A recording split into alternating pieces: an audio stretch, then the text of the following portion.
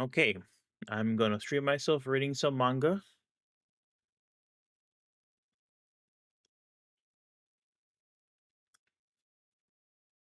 I'm starting with the man, the myth, the legend, Boda. Boda. Hey, don't you want to put the kitty in kitty? Boda. Hey. Kitty's right underneath me. Because I'm lazy, I'm gonna try and do this.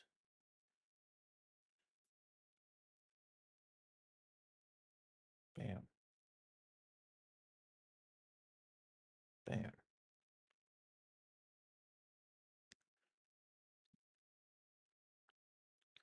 Let's see if y'all can see the kitty right underneath me. See what they're doing?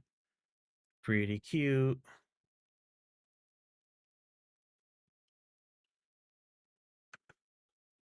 Alright. I am going to post this.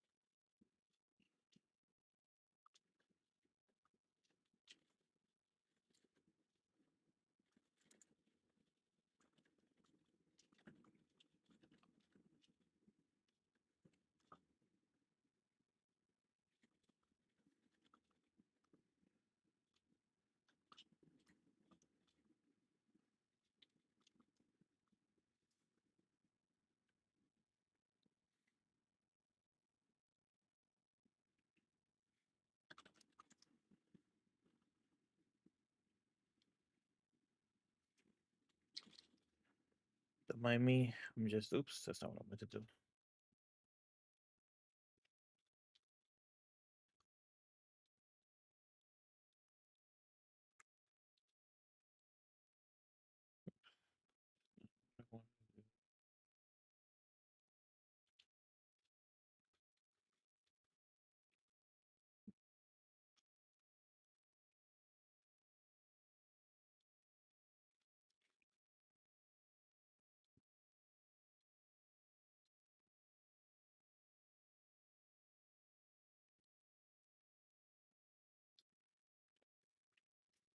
Okay.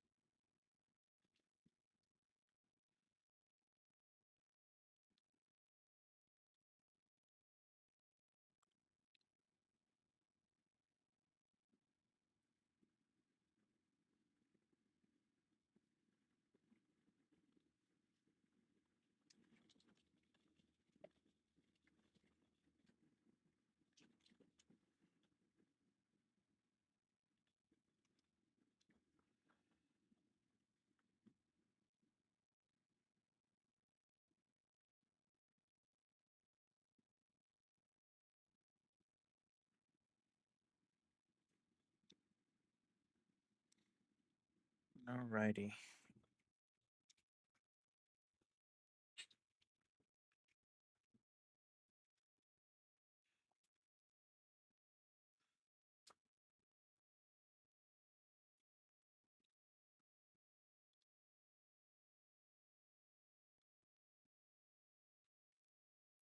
Okay, since I'm gonna start actually reading, it's time to go into blur mode.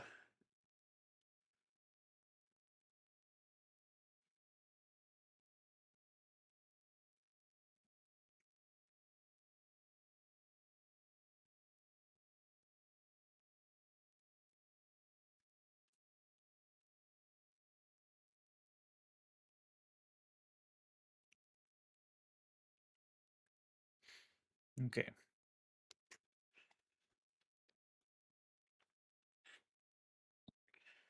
Just trying to be careful of my cat right underneath my feet.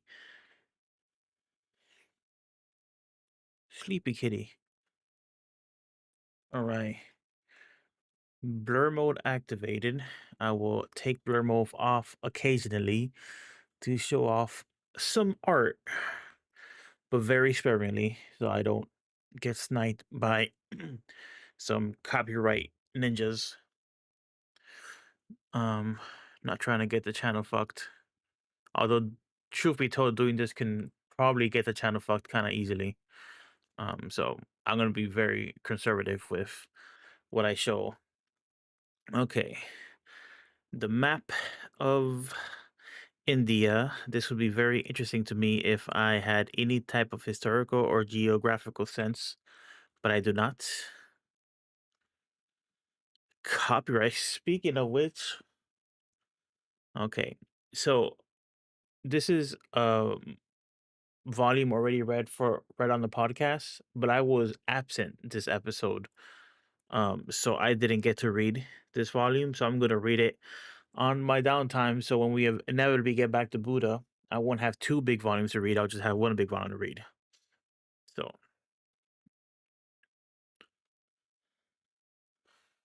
there's some trees. You know what? I'm pretty sure I started this. It's been a while since I've read the second volume of Buddha, but we have the monkeys and the skunks and the alligators. What a glorious day! The most splendid one I've woken in my time. Good morning to you. I imagine just waking up in the middle of a jungle forest surrounded by Disney animals. So imagine.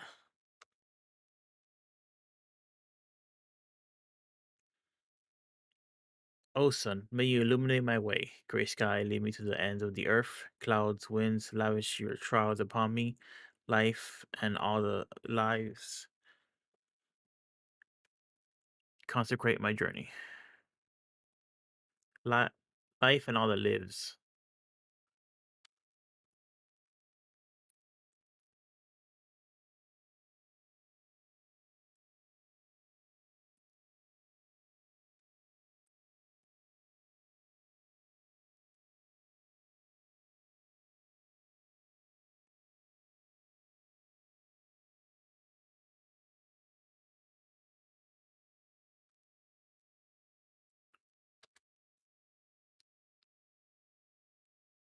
Yeah, I definitely remember this scene of nudity.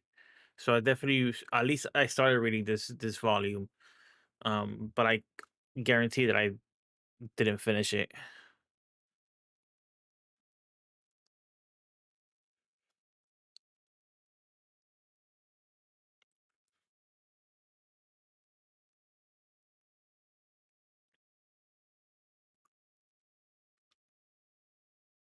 Oh, and he met the other monk.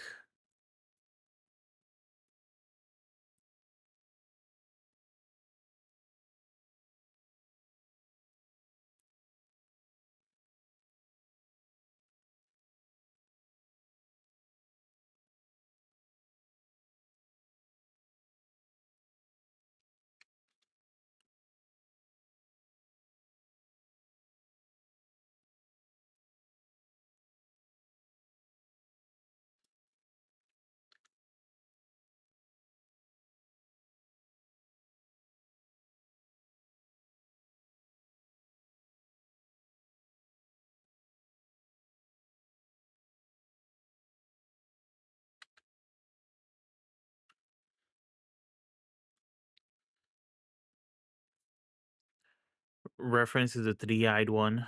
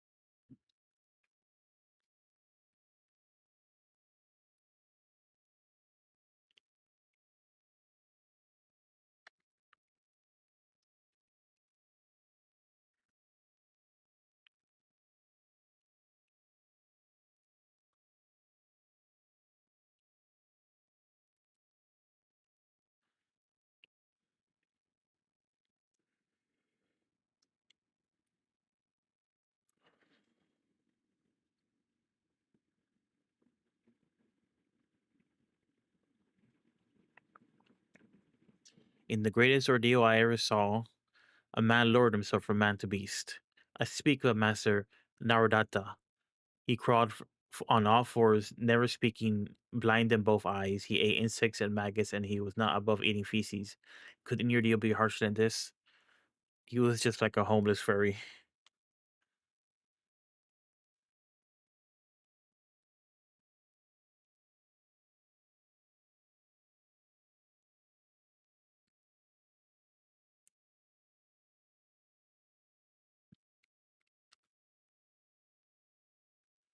Ouch!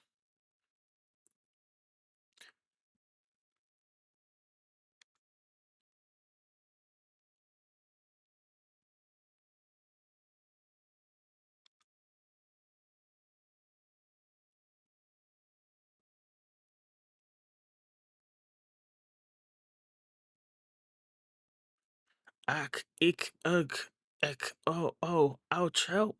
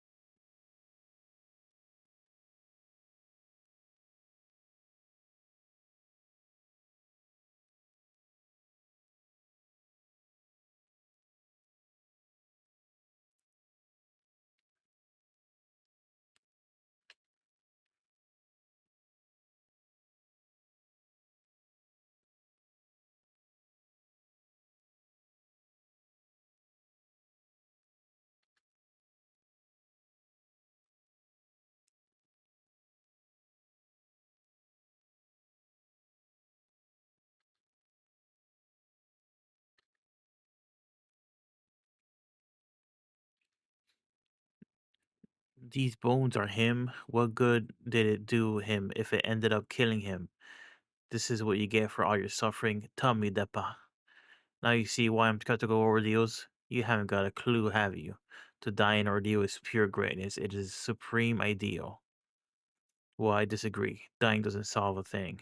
It can't be the answer. You see, I don't want to die. Or are you telling me that life doesn't matter? Um, may I remove the corpse? I like the guy in the background just asking if we can remove the corpse while these two monks are having this philosophical battle. Right, kitty? Kitty, get pet. kitty get pet.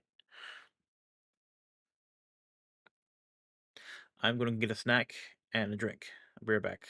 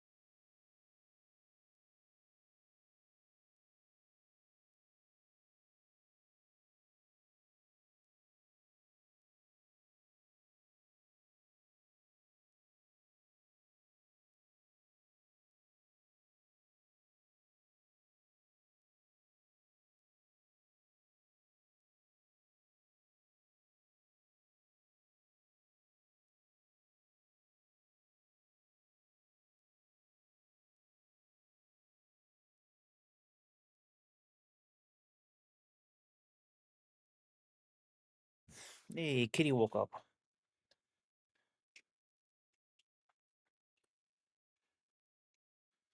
All right. I got some Pockies and I got a Dr. Pepper. Just snacking and mangaing.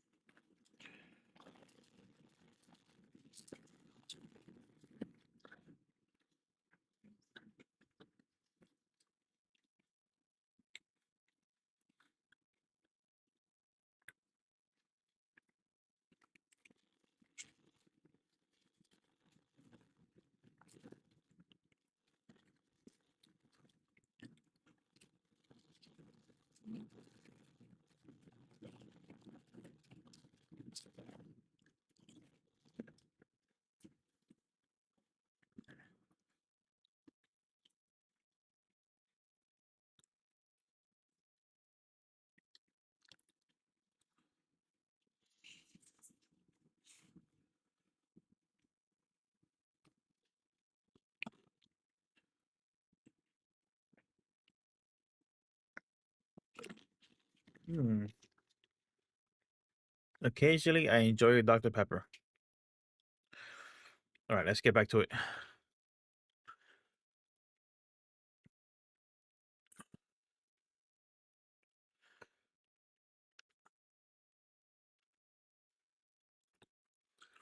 Oh, he met back up with the kid and the girl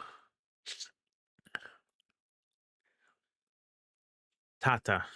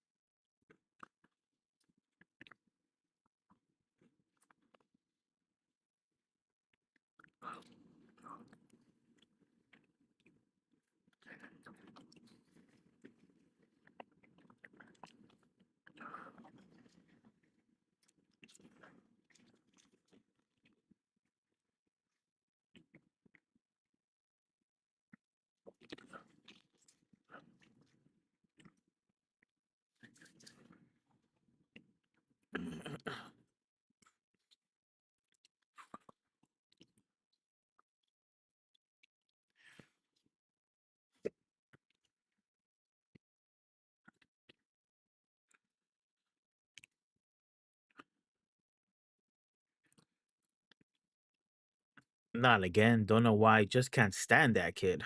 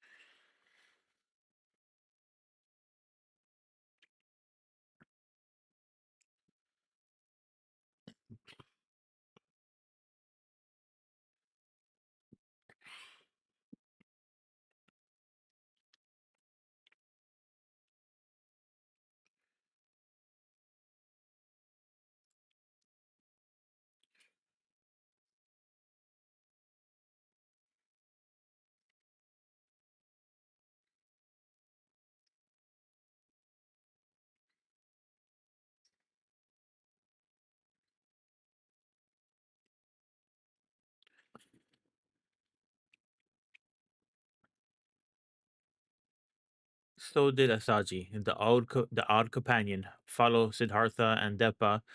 Their ordeal-laden journey in search of alignment continues. But we must not interrupt our story, so you may hear of a faithful child.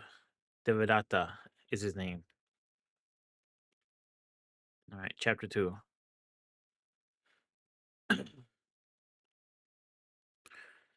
Let us leap forward now. Take a sprite on the winds of time to several years hence in a house of the edge of town of Kapilavastu. We see a young boy, weak and faint of heart. He is Devadatta, born of the woman Badaka, and taken as a queen.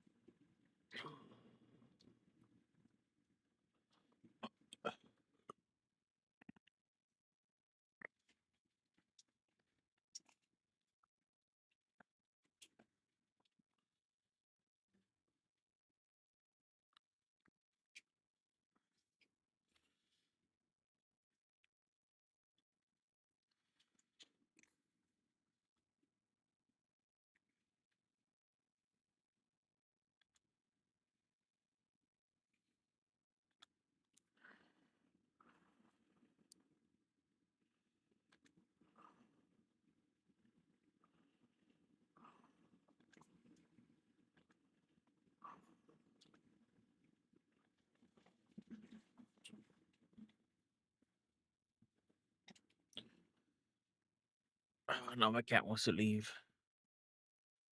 Well, what an asshole.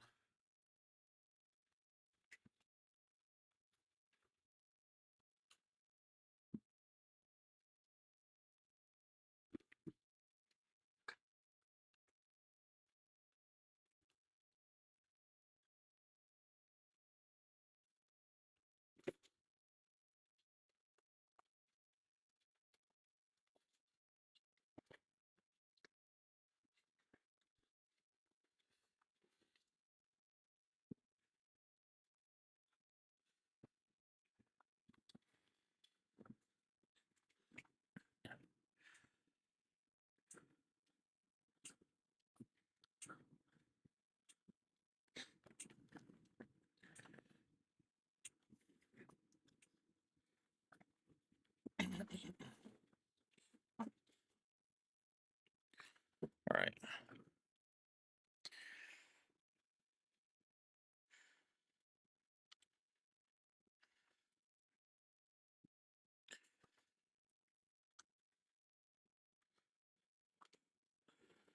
Okay, I remember this section too. Devata got trapped with a bunch of kids in this cave. And I think the kids all die out, if I remember correctly.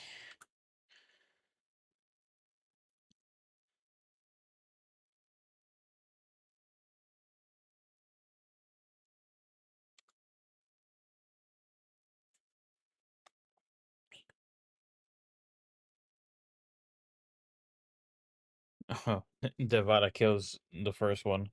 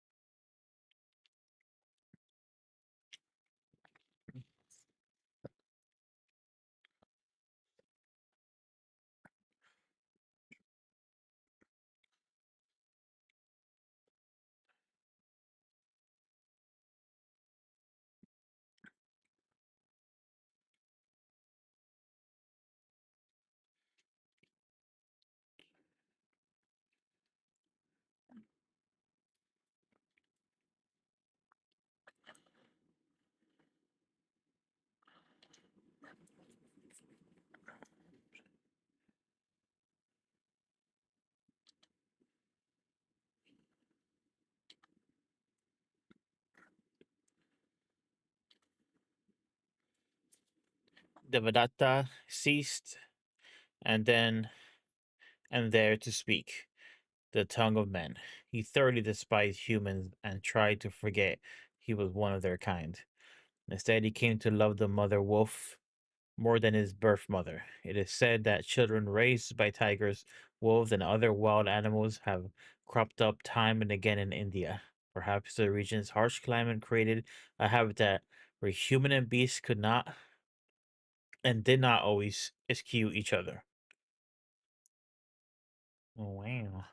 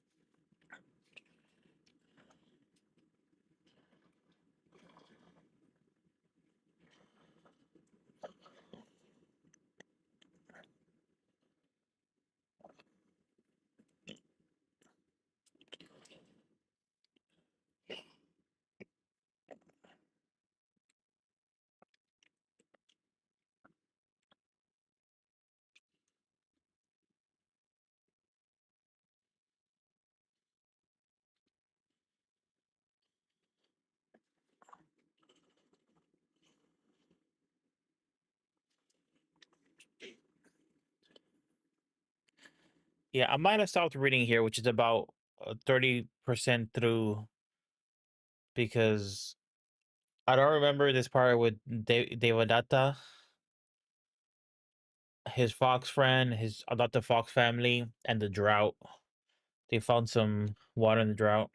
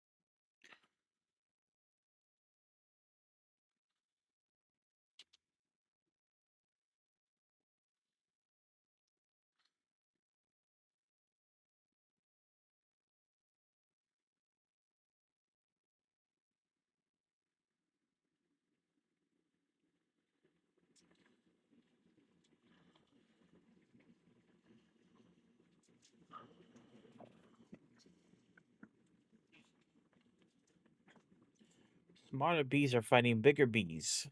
Two tribes built colonies next to each other. There wasn't enough food to support both. Unless one kingdom falls, both are doomed. They resort to war to decide their fate. Ooh, they yo, they talk about that. Ooh, oh,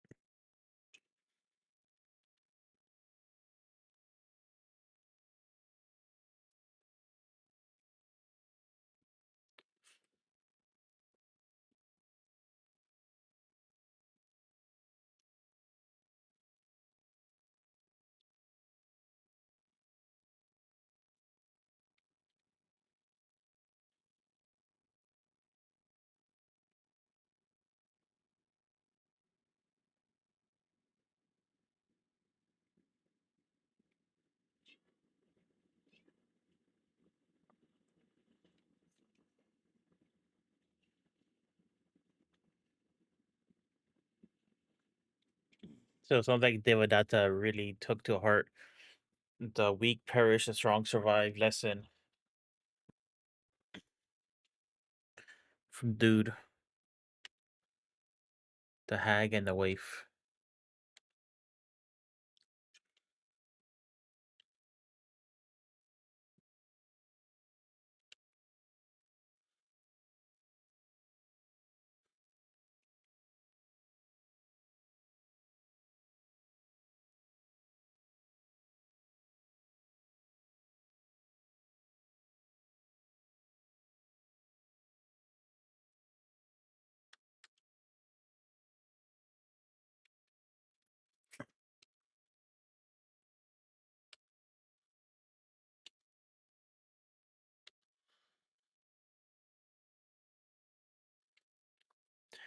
No need to hide it. I know you come here in secret to hunt and eat fish. A child of your age is always hungry. You knew? Don't you get hungry living on just fruits and nuts? I have sworn not to kill, not even a bug. But then you say that the strong survive and the weak perish. Is that the law of nature?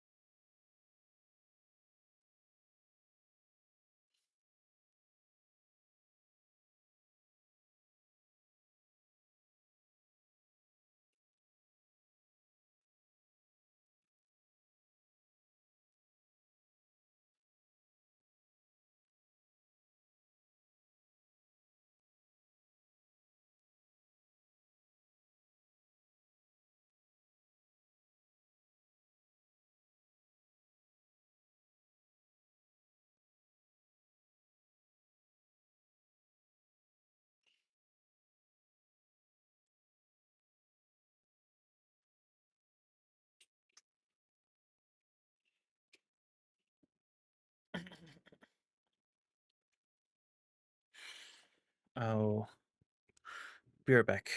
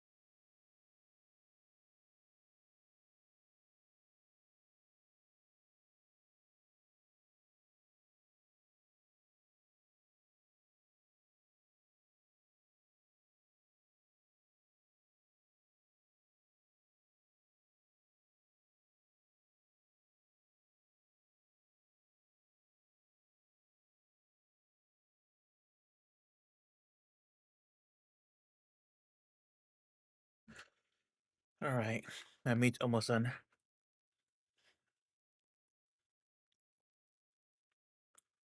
This is a journey into sound.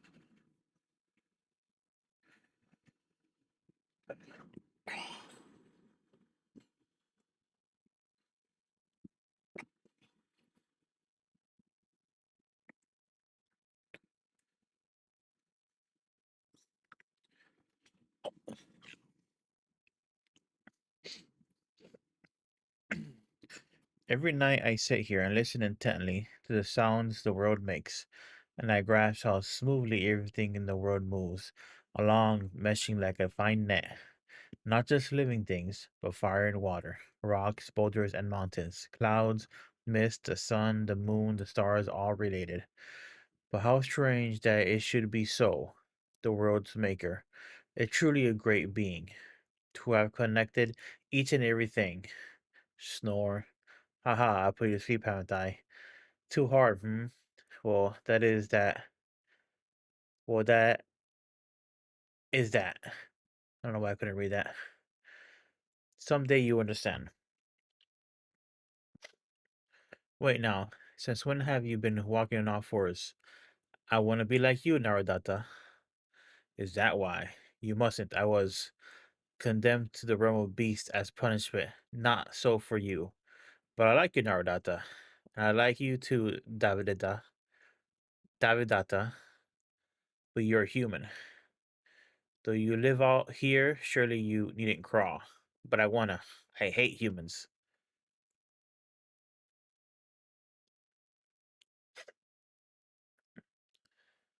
Davidata, your words sound like a wolf snarl in humans' ears. And now walking in all fours, no good can come from it. I don't care. I'm a wolf already, anyways. So when they first made allusion to David Data, he was supposed to be like a foil for Buddha. Um, so I'm just curious how they're gonna wrap that back into it. How he's gonna be like an antagonist for Buddha.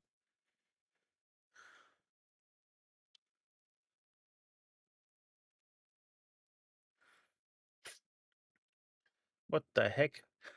Whose boy are you?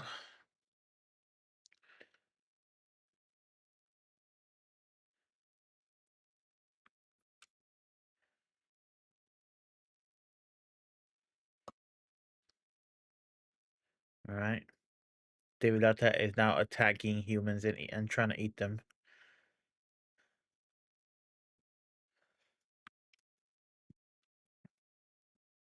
What have you done? They try to take my fish. You think humans ever come back down? They'll kill you. Fat chance. I'll wipe him again. Or, excuse me, whip him again. Chase them away. They return. It's no use. Living here is getting to be too much for you.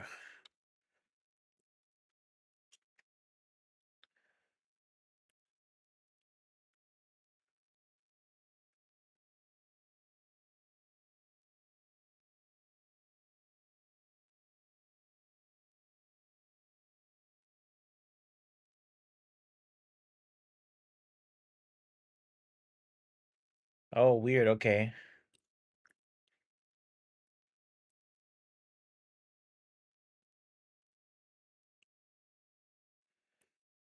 Naruto's kind of telling him that he has to go out there and find Buddha.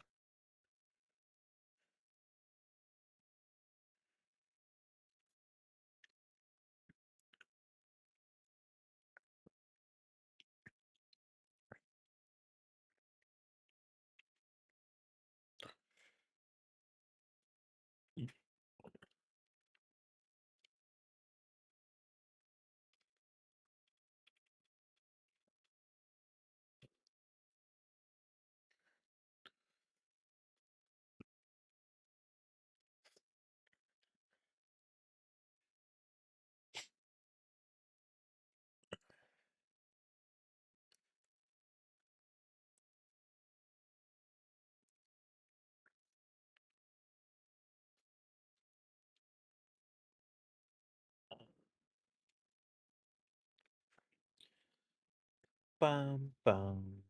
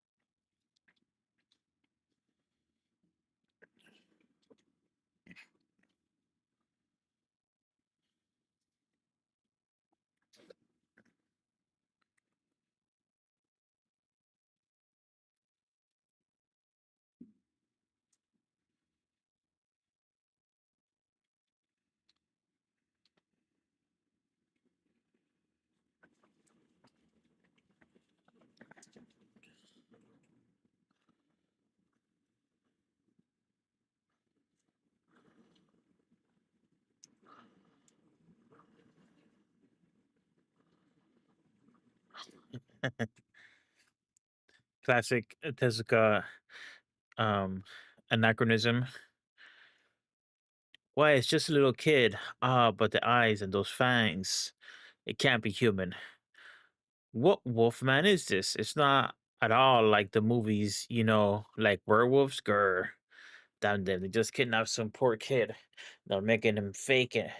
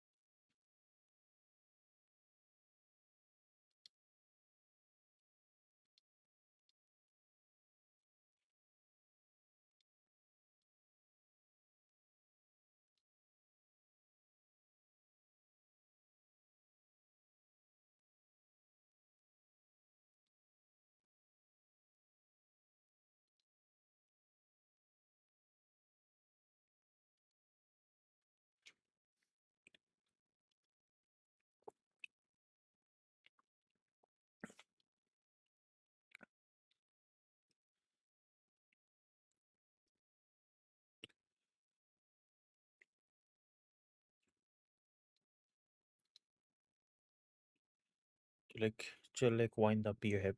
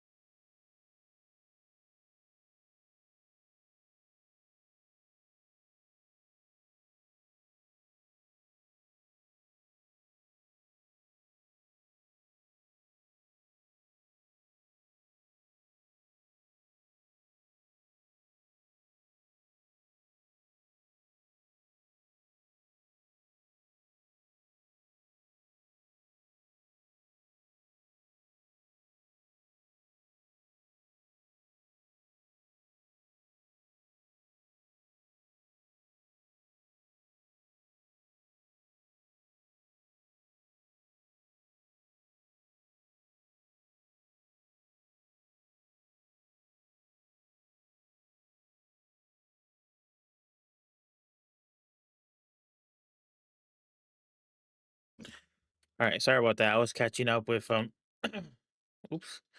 I was catching up with some messages sent to me.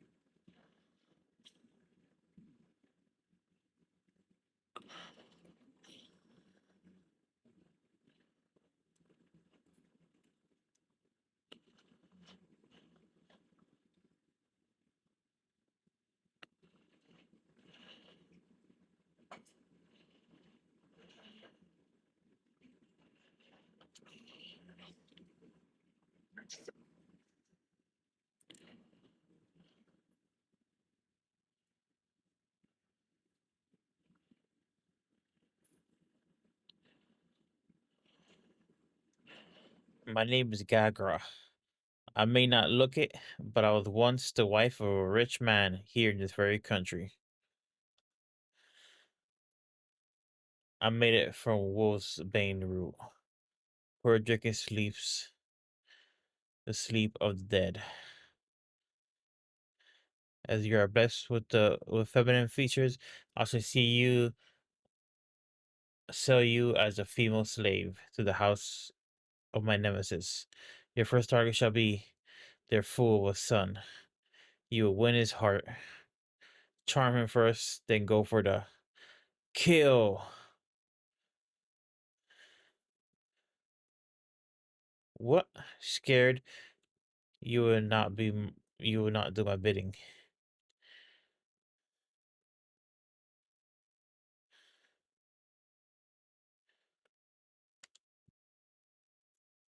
Wow, this is not a twist I was expecting.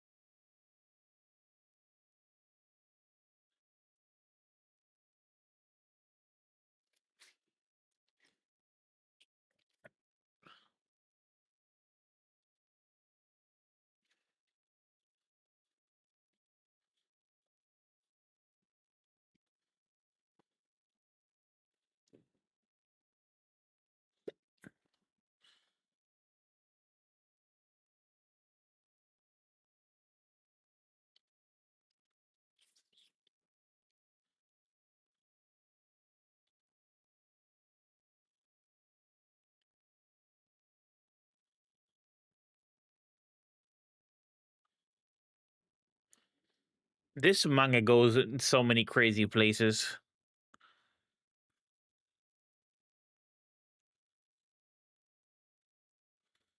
Be right back. I'm gonna check on my meats.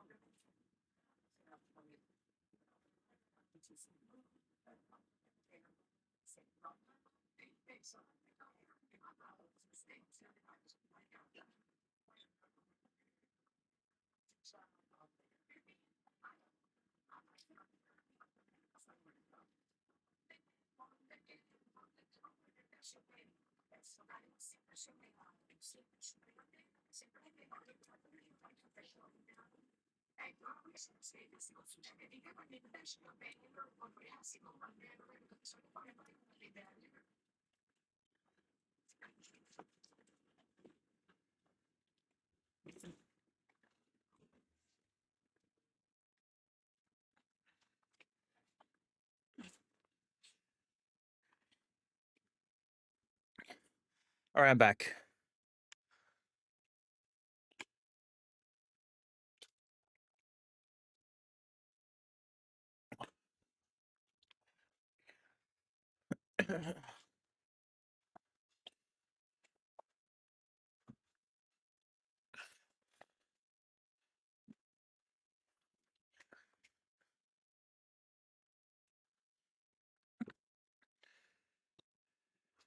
All right.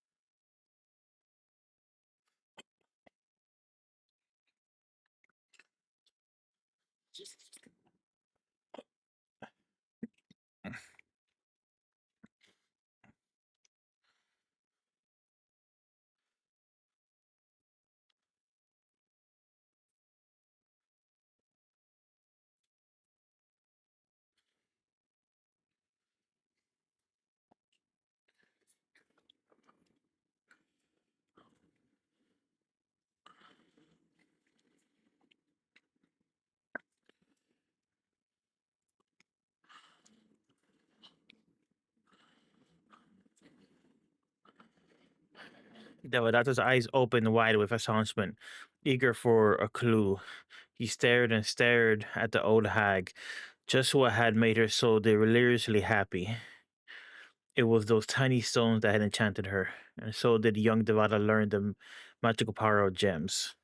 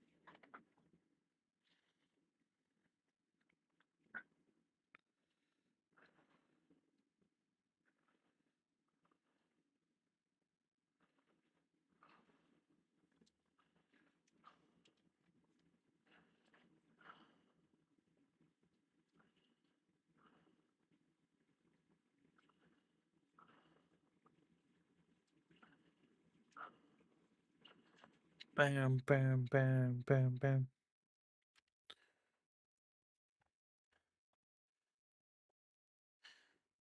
Narodata said he really wanted to return me to the human world. I hate it here.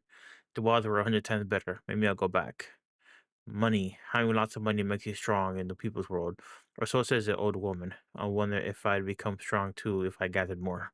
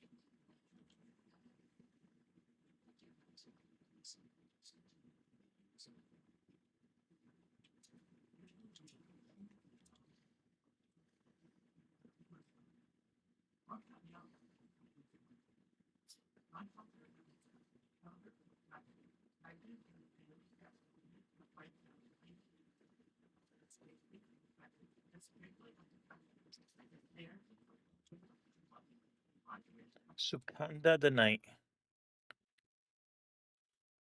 All right, gotta go check on my meats again.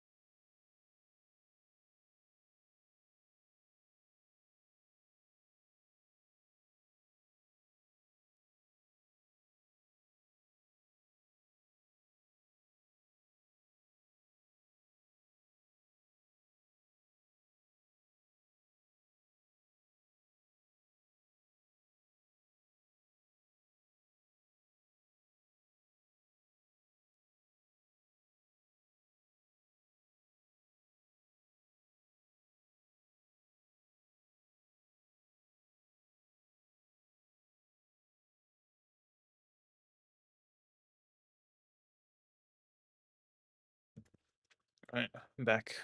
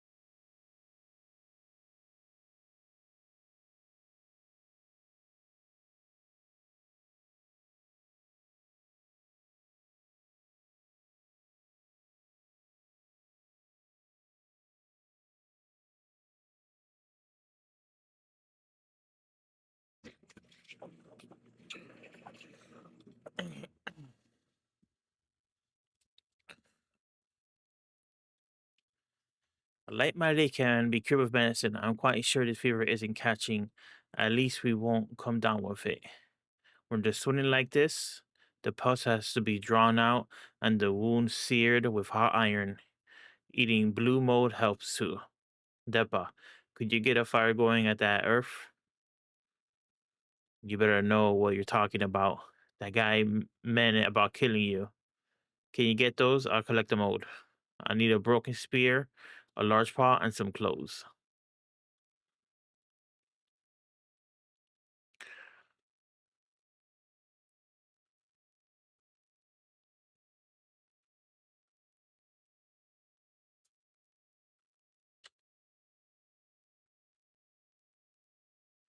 Yow!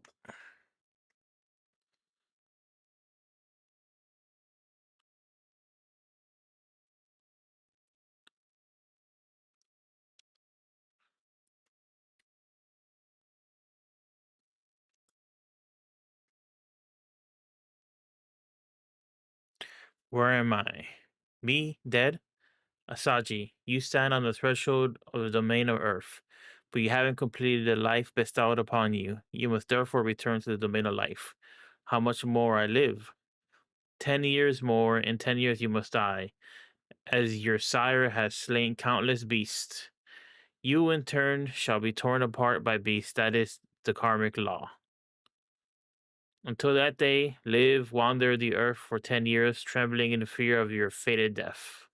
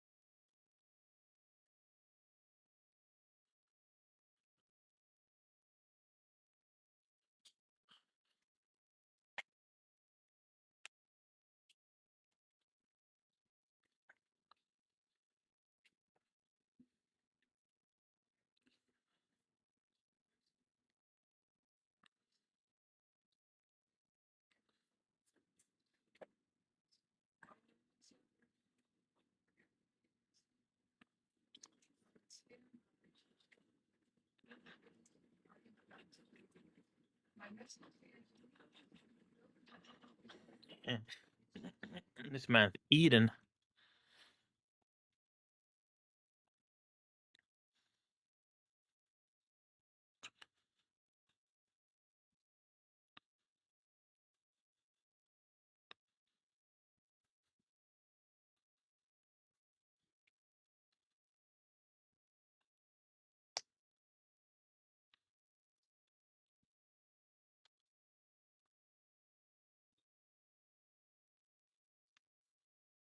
Shit happens every day. This type of shit happens every day.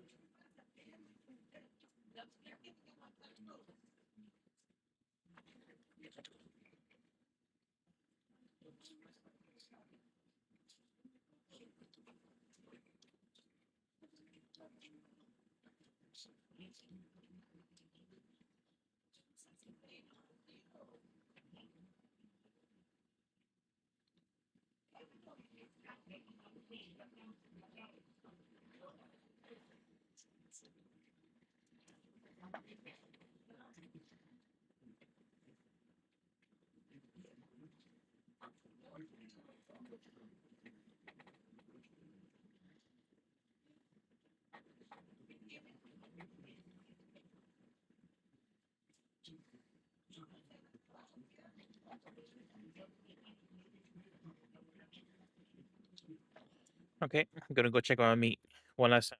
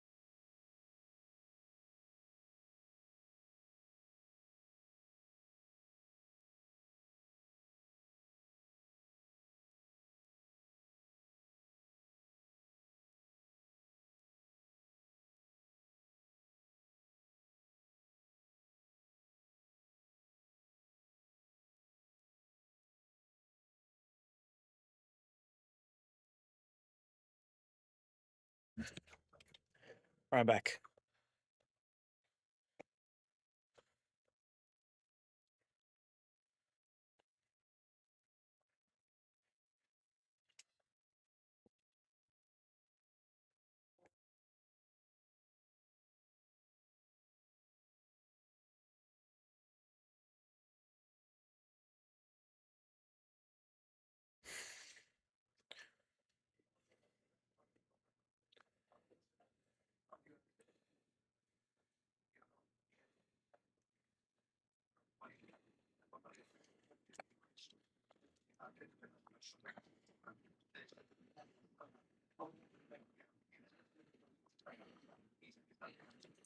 All right.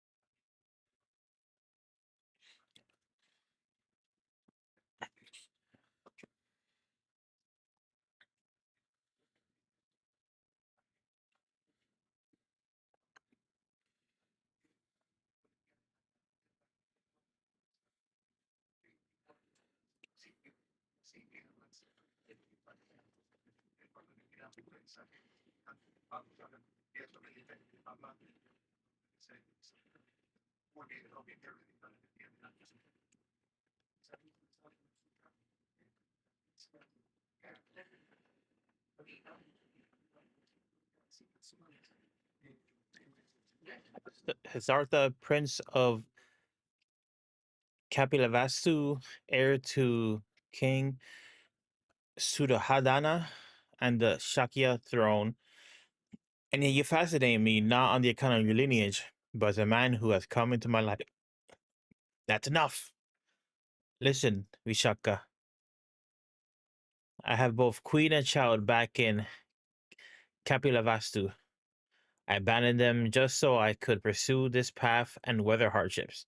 I am devoted to this life to the exclusion of all else. But you're human, aren't you? Aren't you a man? Surely you must know love. What path hardships? Please don't be such a bore. Don't go, please. This is absurd. Open the gate for me. I will not stay.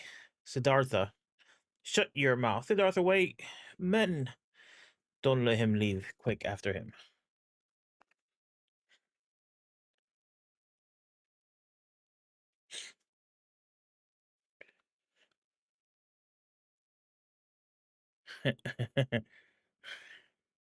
Tata's back.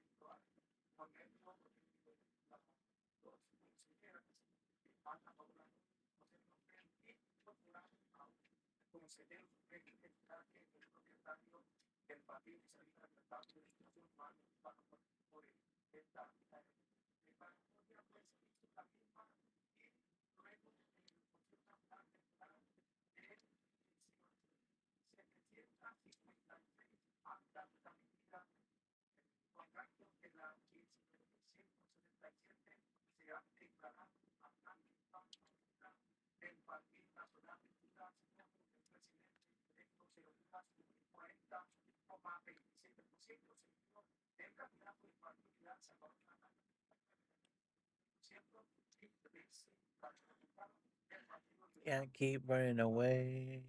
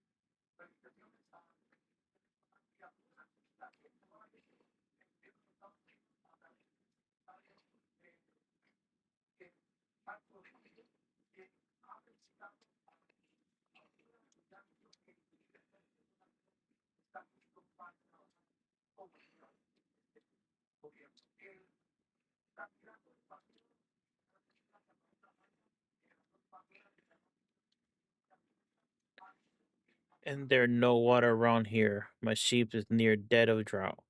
Not enough for a flock to try want the ravine. A brook may run in it. I'm dying of thirst myself, okay? But this is my ordeal. Must be great to be you, Asaji. Someone just passed. A shepherd and his flock. No, his sheep is all die. They die with water of poison. What do you mean? There's some pool water and they drink and get tummy ache and all die. Don't be ridiculous. Don't be ridiculous. How can you know that? Hurry, stop, or I'll die.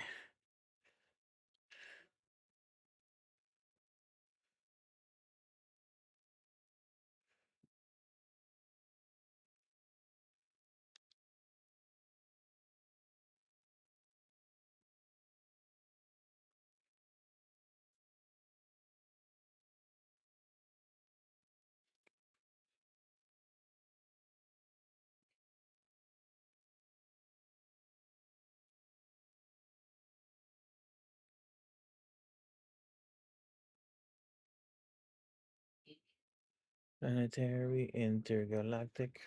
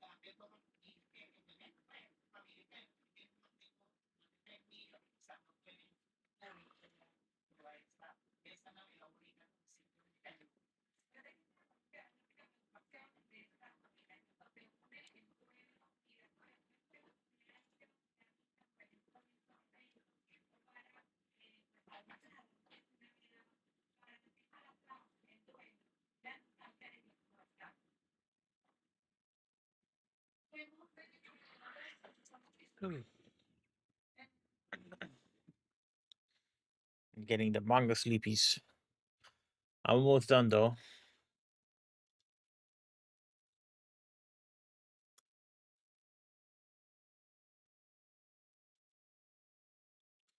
Almost done.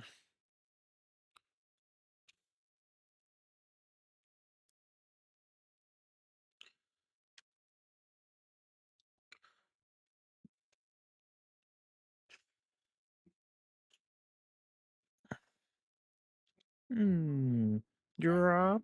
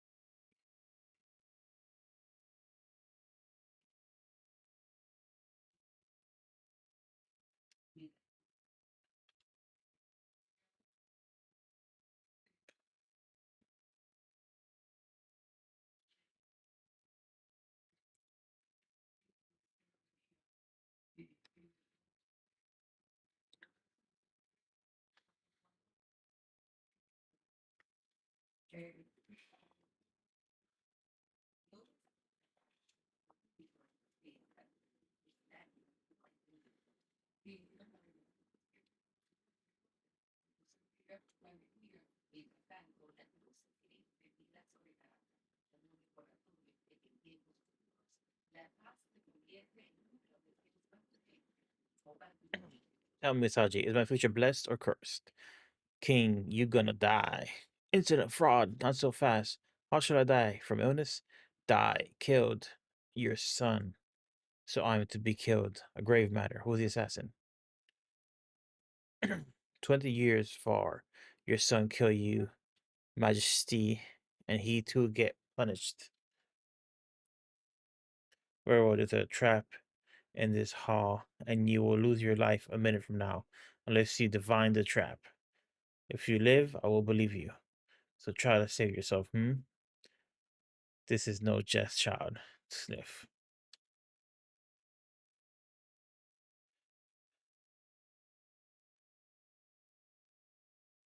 Come on, Prodigy. Your minute is about to pass. When it has, you shall most certainly die. The question is how. Asaji, I fear for your life. If you don't have a clue, give up. Hey, welcome to the Christmas Eve live reading. I'm catching up on the Buddha volume I never read because I was absent on that podcast. So I was reading it. I was like, I remember this part. I remember this part. I remember this part, and I finally got like, I got like a little past like 33%, and then was okay. This is new stuff. So I only read like a third of it. I'm almost done though. I've been streaming for a while. I mean, I've done a lot of interruptions because I've been checking on the pot roast I was making. But I don't know if you can tell from the blur. Asaji, I fear for your life. If you don't have a clue, give up and apologize to His Majesty. 10 seconds left. 1, a 2, a 3, a 4, a 5, 6, 7, 8, 9, 10. Snap. Snake tumble, hiss. Phew. You saw through the trap. Sniff. Guess the course the snake could take and place a sword in its path. I'm quite impressed. And so your prophecy. This is 20 years I am to be murdered by my own son. It's not too easy to dismiss. Lord, don't believe him. He is just a two-bit fortune teller. Throw the wretch in the dungeon. This volume went so many random fucking places.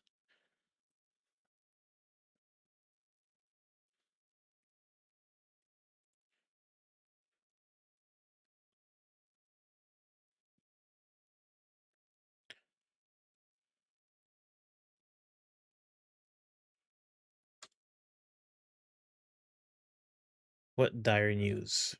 My destiny, my future. I am slain by my own son. I have not been an unjust or inept ruler. The people prosper and the country flourishes. A kingdom of Magadha. These names kill me. Magadha. The new center of culture is the envy of all its neighbors. Why? Why should I be killed by my own son, the crown prince? Is that truly my fate? My own inescapable fate? There are three ways to prevent it. First, sire nor prince. Second, kill at birth any prince I beget. Third, exile the prince to distant land from whence he cannot reach me. But perhaps all such measures are futile. I have only 20 years left. What can I achieve in 2 measly decades? Hold on. What's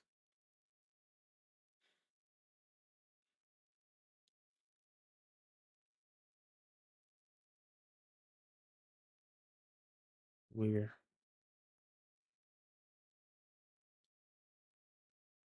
I'm listening to music in the background, but it's not being piped to the stream, on purpose.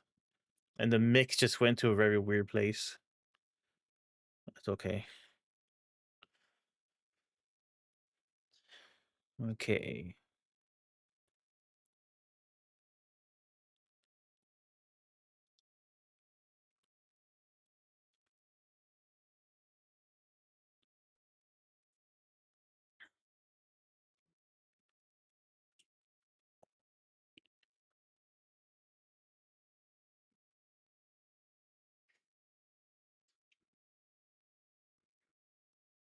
There was a time when I craved the power of prophecy, but I figured that seeing too well into the future would rob life of meaning.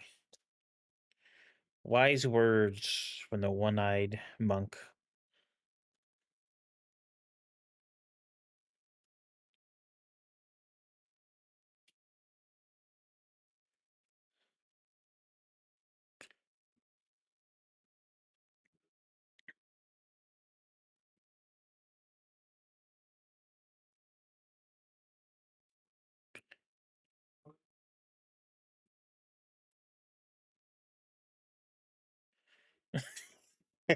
This is so random and like sexist.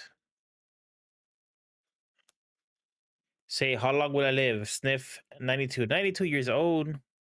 That long, wonderful. But you be dried up, gummy eyed, cranky, crazy old hag, dirty sack of bones. And she walks away sad.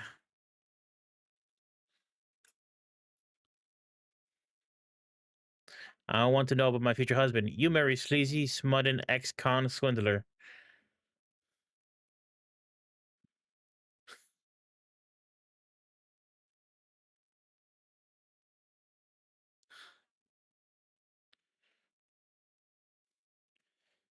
Yeah, I mean, I could show what's happening, but obviously I'm not going to do that unless in very rare situations.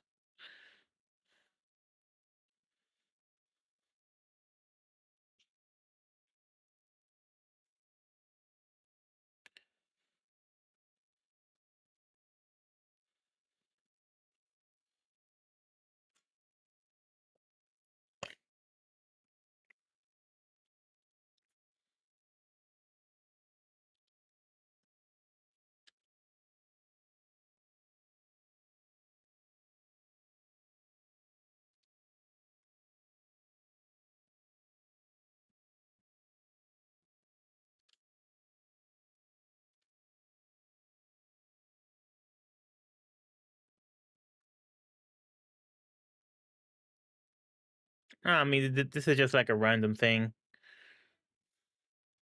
Like, I don't know if this is actually going to be a format, like a content format. Maybe if we had a Patreon where we could do it behind a paywall and we could actually like maybe, you know, in a private video show off more of the manga. But this is just a random thing I wanted to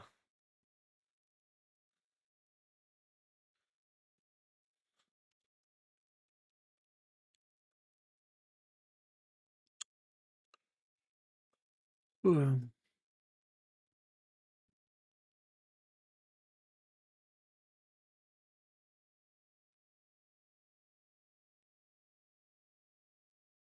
Yeah, although my cooking's pretty much done.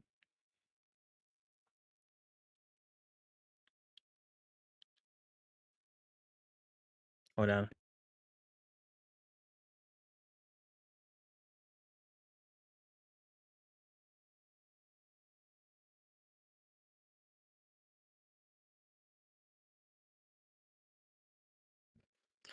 Hold on, my mom's asking for help with something. So we're back.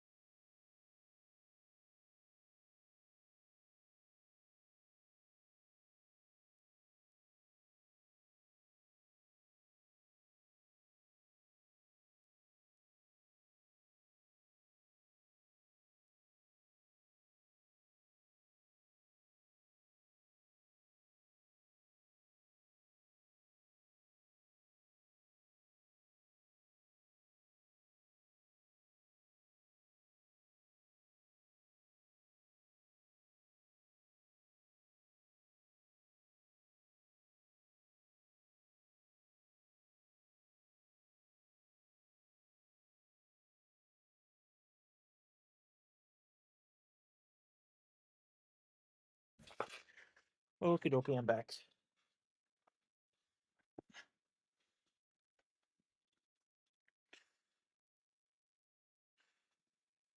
Okay.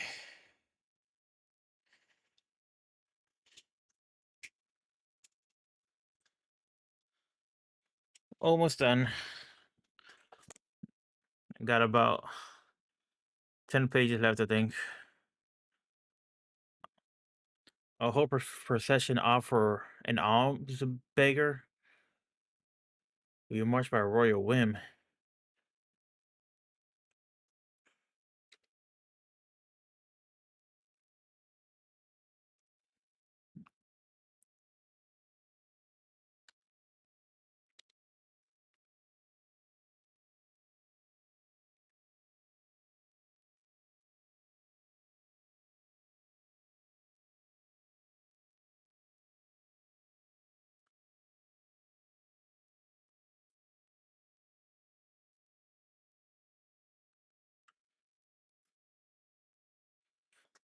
King far north of here in the Himalayas live a people. The Shakya are a wealthy, brave, and resourceful tribe. I belong to its royal family until I renounce everything to pursue this life. You are yet young. Your life is about to begin. Do you know how gallant you look? You exude the virility and grace of a true warrior. I bid you remain in my kingdom.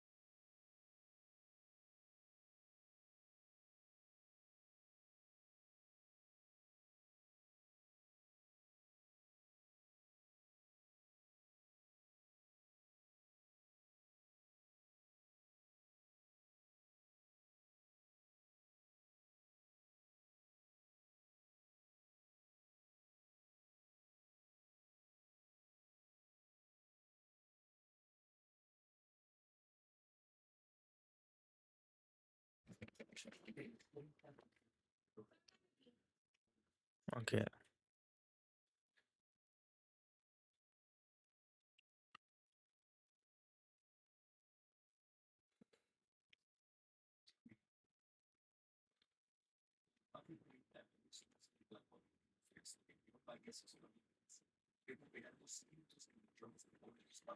Wow. They did the thing. They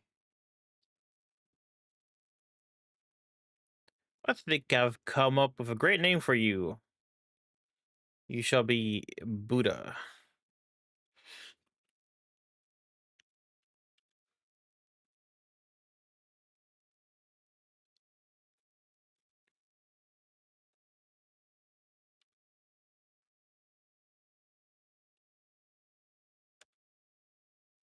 In volume 4, Siddhartha suffers ordeals in the forest of Uruvela. Seated under the Pipala tree, he will achieve enlightenment. Meanwhile, Kosala's prince, Vedarka, learns that his mother is of slave origin. Enraged, he and father Prethanjit launch a final war against Kapilavastu. Hey, if it isn't General Grissom. Welcome to literally the last page of this manga I was reading. I was only here for I was only reading it for 2 hours and 40 minutes. Now, I read manga slow, but normally not that slow. I was getting up frequently to look at the stuff I was cooking and shit like that. So you could shave at least an hour from that, maybe. Buddha remains to be good.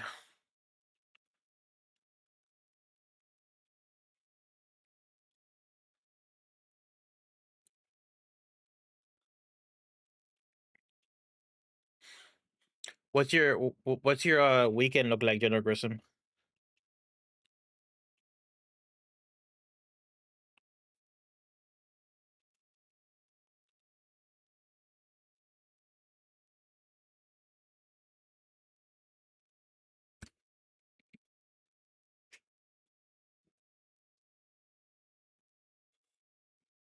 Bum, bum, ba, bum, ba, bum, bum, ba, bum, bum, ba, bum, bum, ba, bum.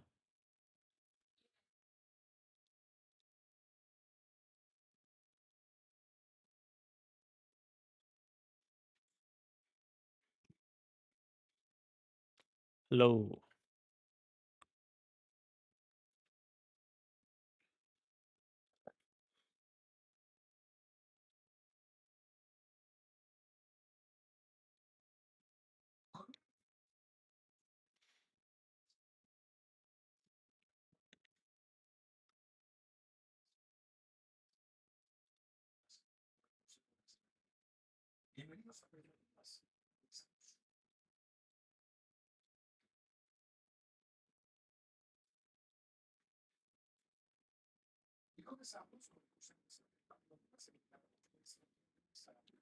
All right, let me pause the music I have in the background.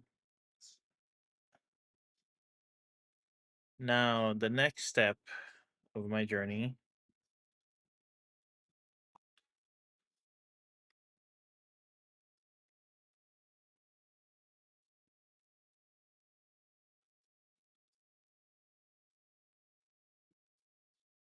There we go.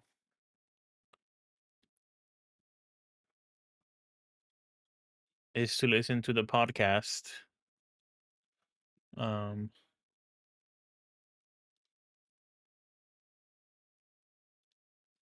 I listened to the first part of it. Where is it? Here it is. But I didn't listen to the part where they talk about Buddha. So I think what I shall do.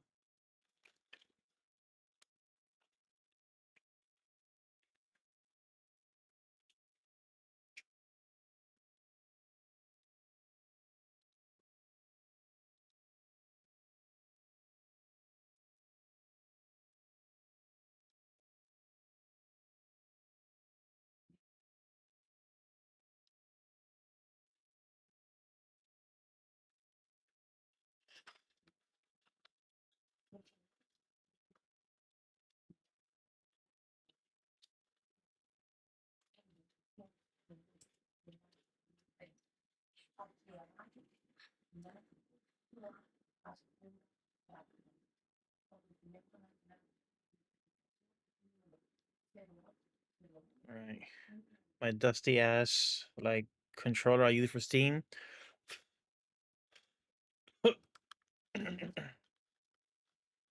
And I think I will pay a visit to UFO 50.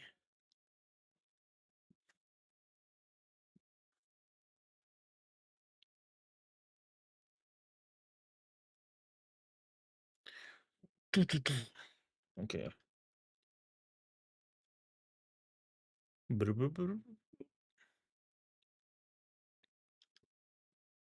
Bum, bum, bum, bum. S-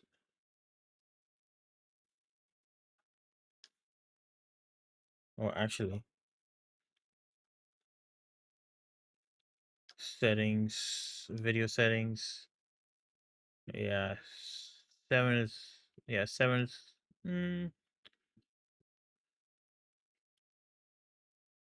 Okay, move this over here. I'm gonna move this over here.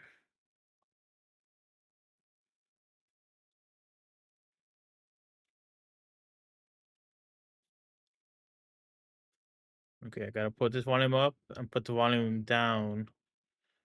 Oh, so I'm gonna get you off speed listen and audio volume. Okay, that's probably good. Buddha.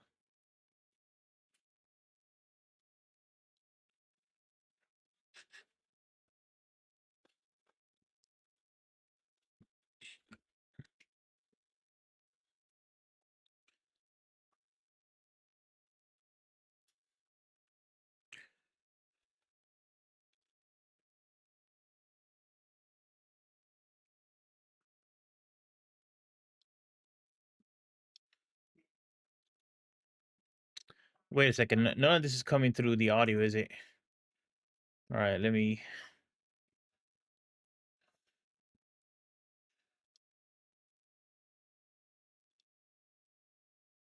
There you are. And there we are.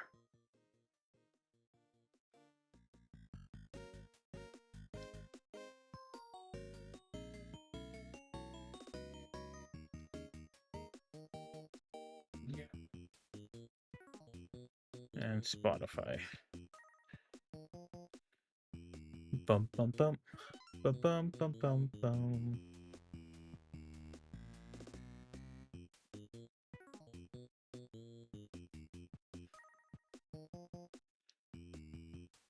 Localization, again, is not listed in this volume, but at least in volume 5, it was translation done by Yuji Oniki and production by Hiroko Mizuno, probably the head letterer, Yuka Nagate, and Shinobu Sato. Okay, let me go ahead and read the copy for volume 3 on the Kodansha website. The third volume of this epic graphic novel send Siddhartha further into a world mired in pain and suffering. The journey to peace and enlightenment looms far but bright. Prince Siddhartha quickly learns that the monk's path Where is was covered I? in thorns and self-abuses, much more profound than shaving your head. His new companions Deppa and Asaji accompany him to plague-ridden town ruled by the ravishing Vishaka, on a different path filled with as many vagaries is Devadatta, an orphan who learns only the bad almost always gets worse, to strange cities and dire prophecies. So yeah, Okay. in this collection, Yes. we follow both Siddhartha as he starts his monk's journey, and he is joined by Deppa, who we saw in the previous volume. He was the monk who burned out his own eyes in front of Tatta. Not eyes, sorry, one eye. So the one-eyed monk. And they're soon asked to also take along this child, Asaji. And while they're going off on their adventures, we cut to Devadatta, who is the son of Baraka, the antagonist, and the man who became the king for a moment of Siddhartha's kingdom. And yeah, we see his orphan adventures. So, which is essentially Osamu Tezuka's version of like the Jungle Book, right? Yeah, Seamus, what did you think about this third volume of Buddha? Dragging on a bit, like the whole thing with what was her name? The woman in the town is like Isaka. Yeah, it's like just a repeat of his wife and the blind bandit woman whose name like Migala. Migaila, yeah. It seems very similar. What is happening with Siddhartha? This series is supposed to be about Buddha, but Siddhartha is the least interesting character, and for some reason, every woman wants to sleep with him. He's like Genji. He's like the shining prince. Right? He's boring a little bit. I mean, I'm sure it'll get more interesting from here. I hope If it gets you more were there in interesting. his physical presence now, Morgana, you'd be saying different things. You just can't resist the power of his holiness. Pretty much, yeah. I don't know holiness, but like his charisma or Musk. Yeah, it's just like the whole time I'm just kind of like, he hasn't done anything. Why is everybody trying to bone him? I don't. I mean, I don't dislike him. He's fine. He's a lot better in this book than he was in the previous one, because in the previous one he was shafting everybody basically. At least now he's just like trying to, he's pursuing his path. That's fine, whatever. But everybody's more interesting than he is. Like Devadatta is more interesting. Asaji's cool. Like he's such a weird like Looney Tunes ass character with his drippy nose and his big X on his forehead. Oh, okay. So the thing about Asaji is he is a cameo character. Ah, He is the same character that is the main protagonist of the Three-Eyed One, Hosuke Sharuk. That was Osamu Tezuka's shonen series that he did for Kodansha, I think magazine.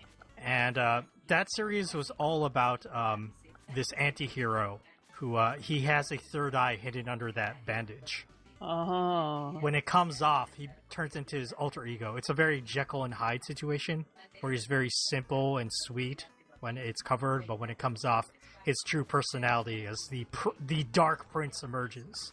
And it was all about like archaeology. It's all about like exploring ruins and old civilizations, and he Wait. was once a people of like had mystical powers. sounds rad. It's probably my favorite Osamu Tezuka series. I wish that was in English. It's not. I'd read that. unfortunately. I know. It's kind of fun. But yeah, he is a guest character, and yeah, I don't know why they decided to go with that look. But yeah, he catches like a fever while he's following Siddhartha and Deppa, and once he comes to, he gains the power of premonition. He can see into the future. He saves a town from like a tornado, and then he meets the king of what was the kingdom? God, I'm so bad with names. Magadha. The Yeah. king was Bimbisara, and he tells that king that he's going to die. In 20 years. I mean, Yes. that's plenty of time. It's fine. But still, yes, it fills the king with like horrible anxiety, as you know, knowing your fate would. And the volume ends with him going to meet Siddhartha. But we're kind of jumping around all the plot stuff. Yeah. Oh, before we get into that, did you guys notice that in this digital edition, there were some pages that were out of order for whatever reason? I Is that didn't just my copy? notice. I don't know. I didn't notice. I read it vertical, not horizontal, so it has to be one page at a time. It does mean I don't get to see like the nice spreads as well. But sometimes I don't notice if there are formatting issues because of it too. In my digital, in my Kindle app on my computer is how I read it. And first of all, they don't do 2-page spreads, even though they have the space for it, which is annoying. But it was during the time when Devadatta was hanging out with Naradatta, and they're talking about the Hornets. Like, page 103 comes way after where it's supposed to be. And I was just like, oh, this is just, like, very Okay. depressing. It's very sad to see, like, these kinds of mistakes in, like, digital editions. We see them sometimes. Because, like, I don't think that would ever be okay in a physical print edition. Like, you'd have way more people checking to make sure everything's okay. But for some reason in digital editions, you see these mistakes more often. Because I guess, like, they're just not checking, or they don't Well, care as much. It's not as costly to pull a PDF and repost it or an EPUB. It's way more costly to scrap a whole print run and have to reprint it, which... But this Oh. came out, like, years ago, Morgana. Oh, yeah, no, I Yeah, know. and I'm still, like, and we're reading in 2025, and the page is still out of order. Apparently nobody's told Vertical. Somebody go get on that. Or maybe someone told them, and then they were just like, it's not worth it to care. Which you would think, this is a fucking Osamu Tezuka manga. You Yeah. should care.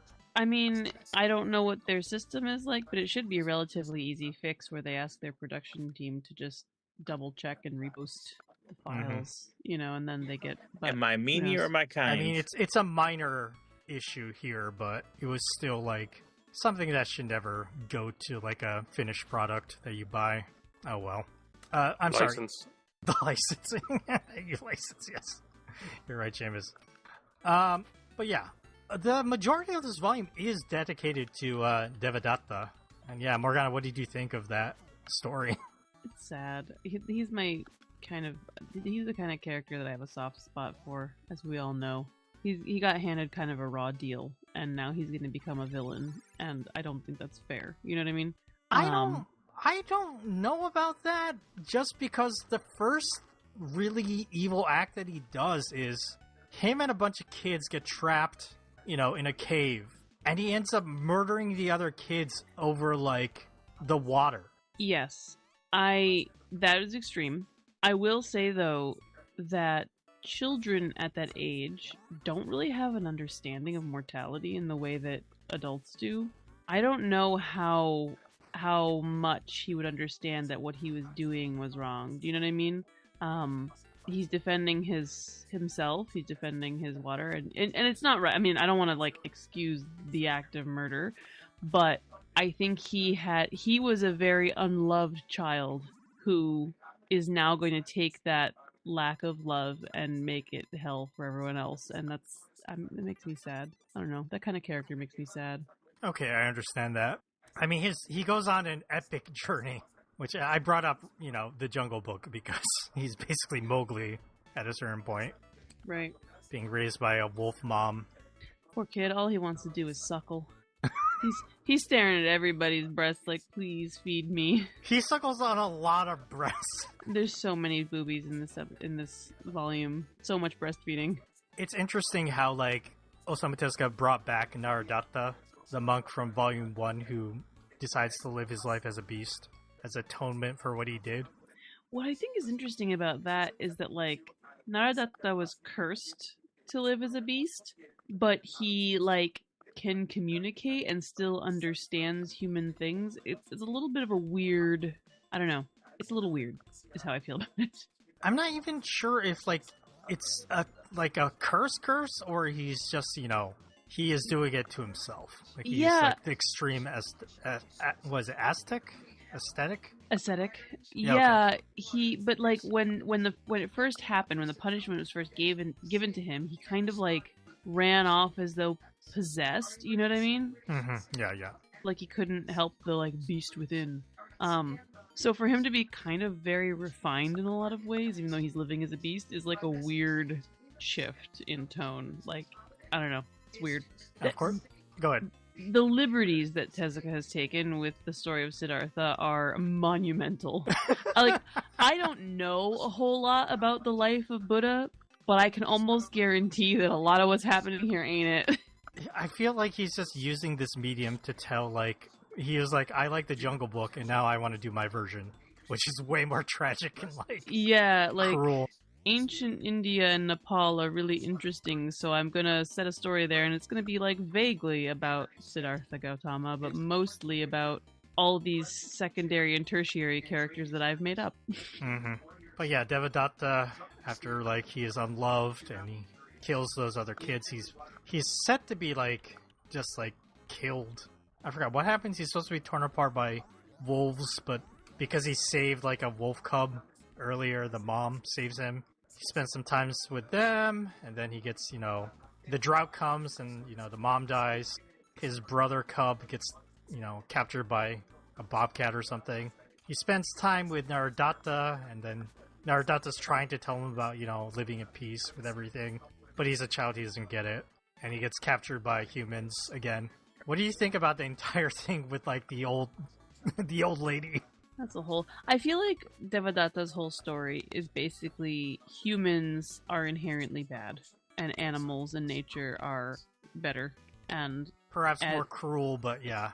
Yeah, well, but at least, and I can understand it, at least, the animal kingdom or nature has, for instance, Devadatta kills that squirrel or whatever it is, rodent, and the mother wolf is punishes him because he's not supposed to kill things if he doesn't intend to eat them. That's wasteful, and only humans waste. Mm-hmm. And that's true. Animals don't really kill for sport, for the most part. So it's interesting how we're bringing in these kind of ideas of human wastefulness and human cruelty.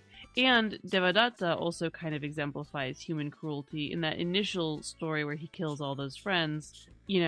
He's human at that point, or later he does not identify as human anymore, and he becomes like an animal, and he learns better, and then he's taken advantage of as he goes back into the human world and learns that he needs to become cruel in order to be part of this human world. Be strong to survive if he's going to be a human again. Kills that granny. Jesus. Yes, except that he was trying to put her out of her misery, I think. That was I think he was trying to make her feel less in pain. You think that was out of compassion? I think so. That was my impression. Maybe I'm being a bit of a bleeding heart here. But I don't think he's intending to be harmful. I have a hard time ascribing true evil to small children because I've know small children, and they do mean and cruel things all the time because they don't know any better. And when they realize what they've done, they usually feel really bad about it. You know what I mean? So I have a hard time fully categorizing a child as evil. So I kind of appreciate that we've set up circumstances for Devadatta that show kind of this path that he's on that will lead to becoming this antagonist.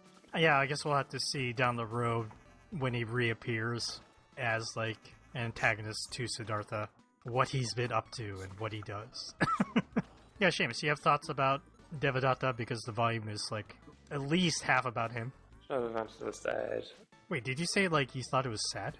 Oh, I was going to say, I don't think I found it sad beyond what you were talking about already. Oh, okay. I guess we should talk about Siddhartha then. What about him? He's barely in it. You know, He saves Asaji from dying because he knows a thing or two about medicine. Whoopee. I mean, you know, he meets Deppa. Deppa scolds him for, like, eating, like, rice that's, like, spitting out rice that's full of sand because, like, he must, like, suffer himself. You must punish your body. Kind of, like, explaining the entire philosophy of, like, the aesthetics to overcome these ordeals. And, you know, Siddhartha kind of questions it. He's like, I don't understand. This is stupid. He's not wrong. He's not wrong. And here's the thing. I don't, you know, this is a thing that exists in a lot of different religions where you punish your body in order to achieve some kind of enlightenment or grace from God. In Catholicism, wearing like a coarse hair shirt was common, or like self-flagellation is a thing, mostly with, you know, saints and monks and things like that.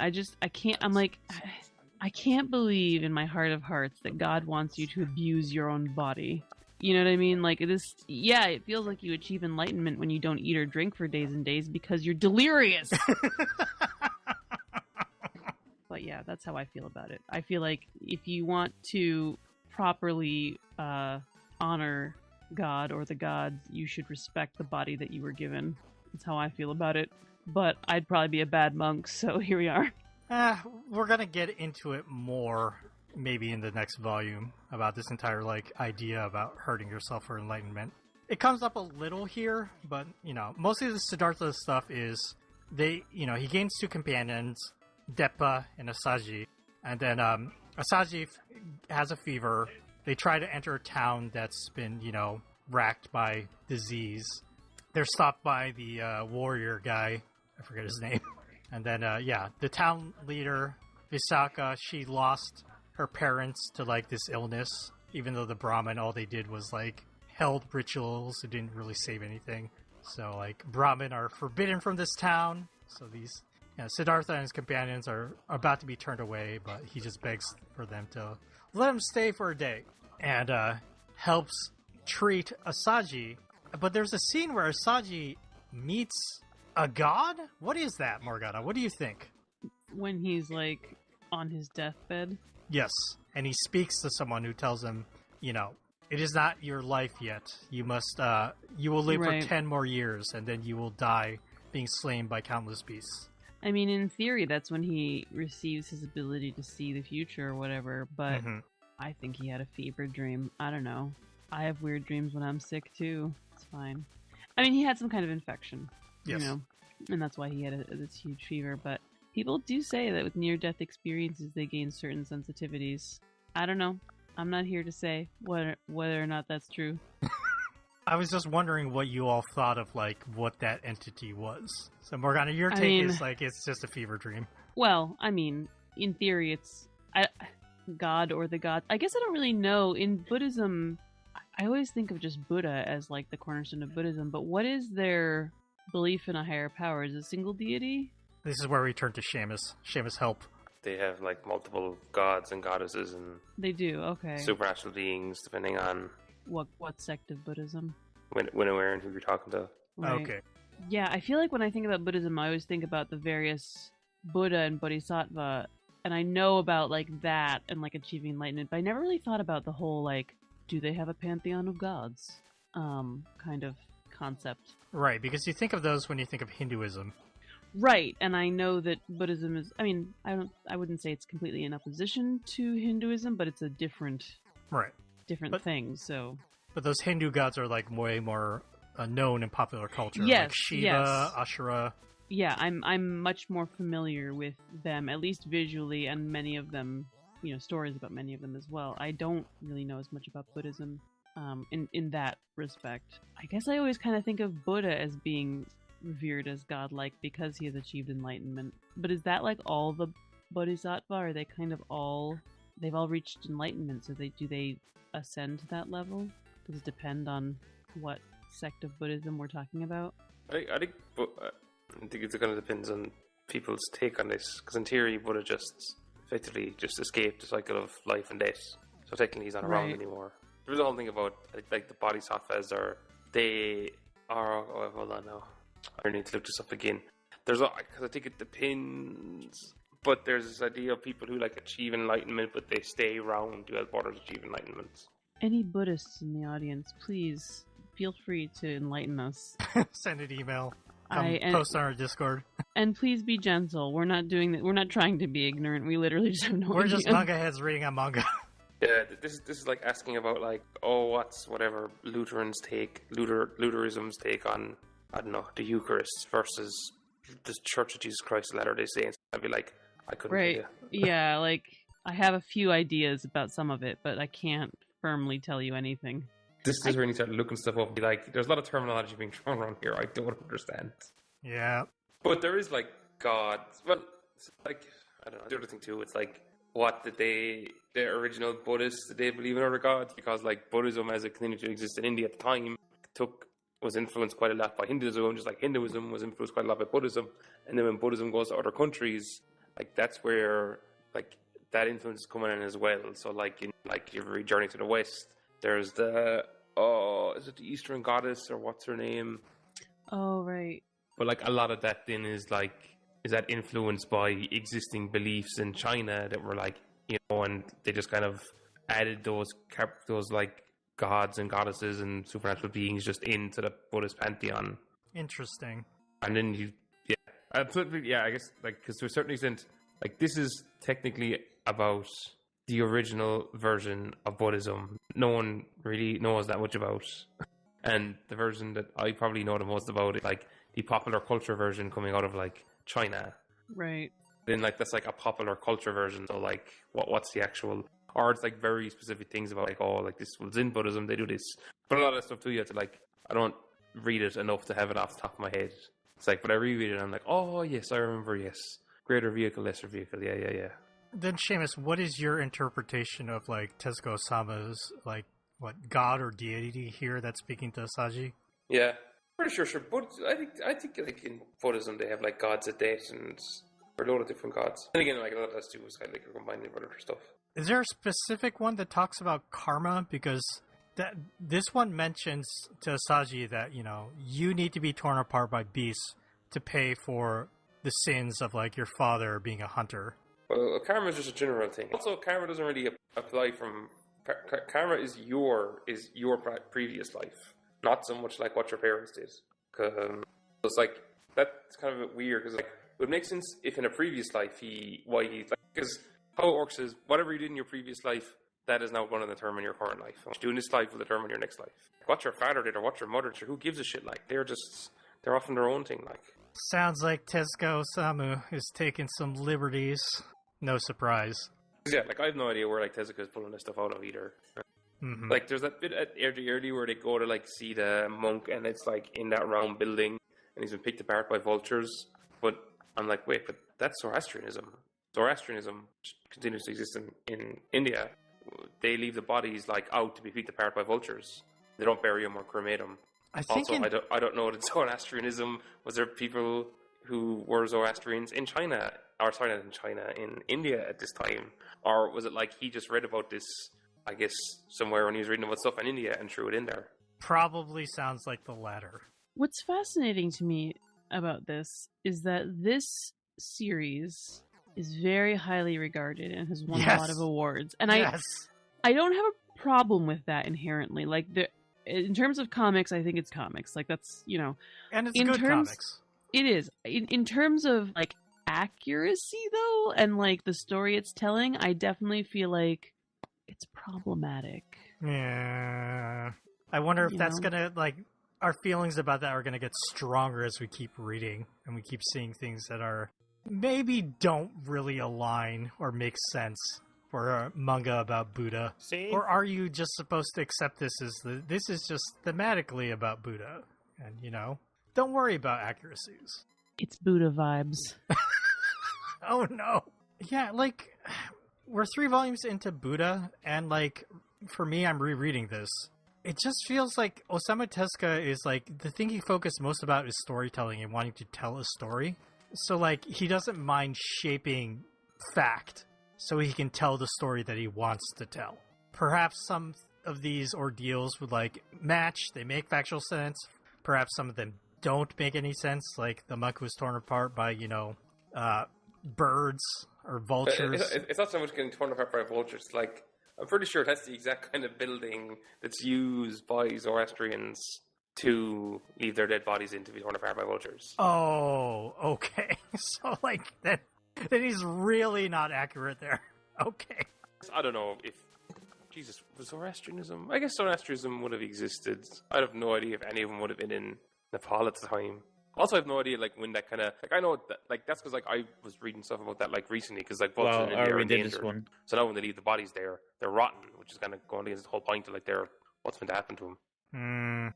And, like, this I was like, was he just, like, looking at the Japanese equivalent of, like, National Geographic on India for, like, half of this shit? Oh, yeah, we'll throw that in there, like... I mean, possibly, given, like, the time that this was, drawn and created. Tezuka would have had a field day with Wikipedia, just falling down that rabbit hole. Oh, yes. There are many accounts of, like, him coming across something that he doesn't know, and then he asks, like, 1,000 questions about it. Wait, so how does this work? What's the history? Tell me more, tell me more, tell me more.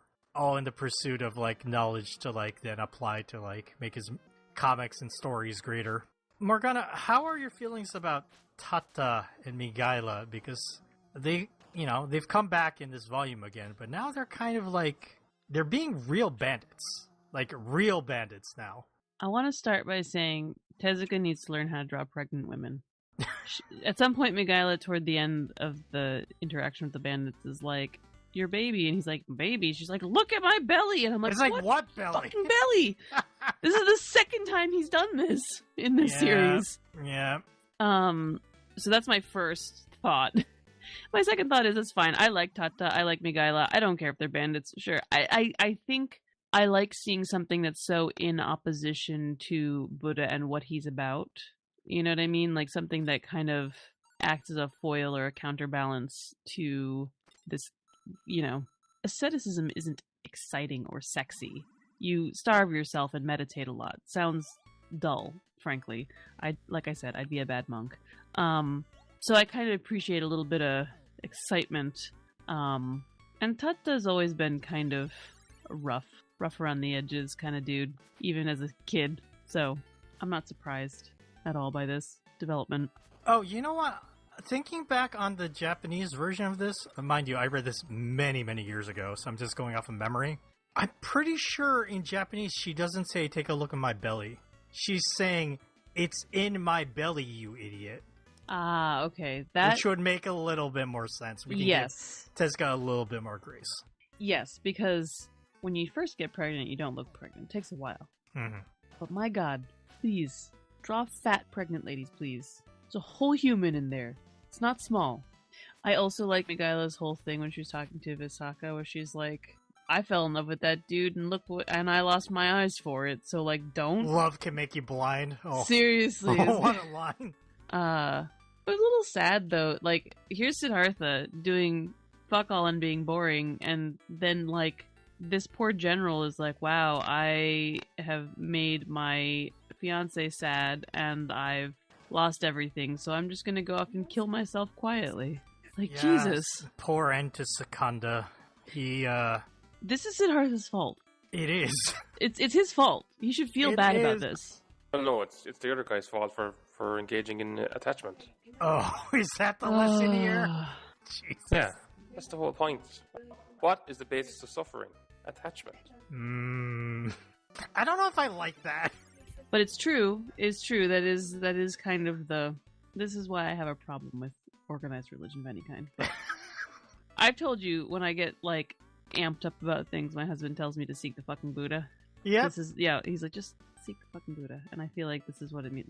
Like detach, right? Like just let Don't go. care. I can't. It's hard. It's hard not to care. And arguably bad. It's bad not to care about things. I'm sorry. This is another, and this is why I'm not Buddhist, guys. And again, once again, to anybody out there who does practice Buddhism, this is my understanding of Buddhism is so base level that I cannot fully judge it as a spiritual practice. So please do not take my disgruntledness as disrespect. I don't care if you do practice Buddhism, which is to say, everybody can do what they want. I just get stressed about things like this. Yeah. What do you both think about how at the end of this collection, that king, what is it? Bimbisara goes to visit Siddhartha, and like he's already like he looks very holy, and he seems to have achieved enlightenment already. I guess no, he still suffers from problems, but he seems very calm. And that's when the king he's is on like, his path, right? yeah, the king is like, I have a great name for you, Buddha. It's like, oh shit, they said the name of the thing. Oh, they said the title in the book. Drop that, you know. What is this? I think Japanese wise, this is 6 volumes in. Yeah, something like that. So it's funny.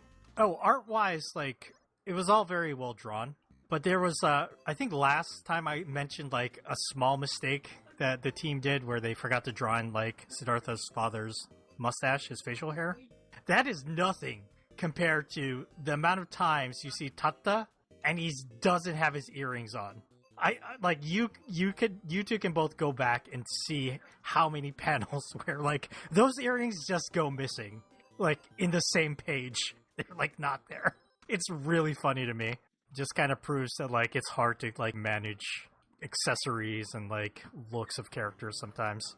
Seamus, was there any art in this volume that like stood out to you? You always like to point out some of the interesting techniques that he uses. There's this one page that wakes up in the cave. Yes. Okay, that's 28 panels. Yes. But the thing I noticed is, I guess I probably need to get I didn't get a ruler for this.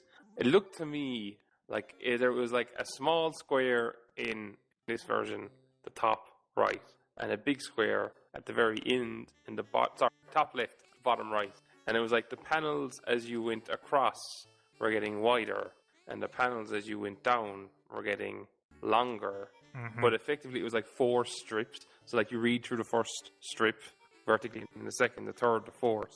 Yeah, I did not like the layout of this. First of all, it's a lot of panels. I know he's trying to do the movie thing, so it's like watching a film. But because you're supposed to read the panels vertically first and then go to the next column, that's hard to parse when they're all lined up perfectly like this. It's in modern techniques you would see like the vertical gutters, they would be slanted a little to make you understand, oh no, start here and then you move to the, in this case because it's flipped, you move to the right side of the page. But when they're like square, like perpendicular, like gutters like it is here, both the horizontal and the vertical, some people might, you know, typically when you read manga, you're supposed to start at the top of the page and then make your way to the bottom of the opposite side. So like at first glance on this page, I looked at the top left and then I started going across the top row first, and then I quickly realized, no, wait, that's wrong. It's kind of just like a shame on like how they've, you know, created more modern techniques to overcome this like confusion that people might have if all like the gutters are like perfectly perpendicular. Sorry, that was my roundabout way of saying it. But yes, Seamus, I noticed how they get taller in the vertical columns, but as you look to, you know, the different columns, they get wider as you keep going. It's kind of an interesting, like, he didn't make one choice, he made like both choices. Morgana, did you like the small bits of comedy that were here? Tezuka yes. just can't help himself with the comedic Of moments. course, and I appreciate that. Like I said, it's good comics. I have some concerns and some questions about the story itself, but I'm enjoying it still, and I do like the humor. I appreciate that we don't take ourselves too seriously, even when we're talking about what many people would consider an extraordinarily serious subject. Mm-hmm. I mean, the addition of like the cameo character of Hosuke Shiraku as Asaji already helps. That's not those brat. What was there? I think there's a scene when Devadatta is a child and he goes out to a picnic with the other kids. He gets smacked in the face. The eyeballs pop out of like off his face. Yeah. Stuff like that. Was there any... I'm trying to think if there were cases of, like, any kind of modern jokes here.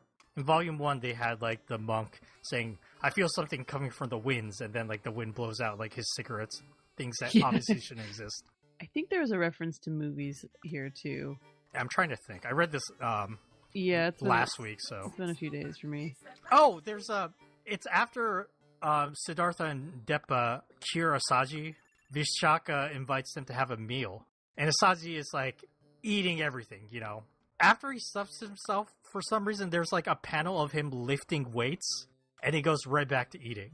And I always, like, even as, like, when I read this the first time, I kind of didn't get that joke. But I guess the idea is, like, I'm going to, you know, do some exercise so I get hungry again. Gotta work off all them calories. Mm-hmm. But only so I can keep eating. Just like last volume, I thought the lettering here was amazing. Really, really great lettering. And same with the, you know, translation, very solid. I would say I pointed out, a mistake I saw. And of course I mentioned, like, the digital edition being, like, pages out of order. It's always, like, kind of a bummer. But, yeah, is there anything else in Volume 3 that we failed to cover or talk about? I think we covered mostly everything. I guess the only thing we didn't talk about is Devadatta with the old lady and being forced to dress as a girl to poison that young child or something. Who is that child again? The son of, like, the man who scorned her, the old lady. Was that it? Yeah, her ex-husband. Right. Oh, like, do you have an opinion on the way Tezuka makes the old woman appear after, like, they come into some money and she, like, tries to glam herself up, but Devadatta is like, ew, yuck. I mean, I feel like my feeling in general about Tezuka and women in this series is they can either only be desirable or hideous. Yeah. There's, like, no normal ass looking women. Just like, I don't know how much of that is, like, a product of the time and a product of, being popular or whatever. Probably a bit of both. Yeah, I also just, I do appreciate, so one of my complaints is that, like, oh, this old hag is, like, terrible and evil, so she's ugly. There was, like, the ex-husband's new wife, and she's beautiful, but she's still evil, right? She still does bad things. So I do appreciate that there's at least the acknowledgement that, like, because I think it's very easy to be like, oh, somebody evil is ugly, right? Yeah, I don't know. It was weird. The whole thing was weird. I don't know why. I understand we need to see Devadatta suffering. I'm not sure that was, like, his, like, time with this old woman was, I don't know. It was weird. It was very strange.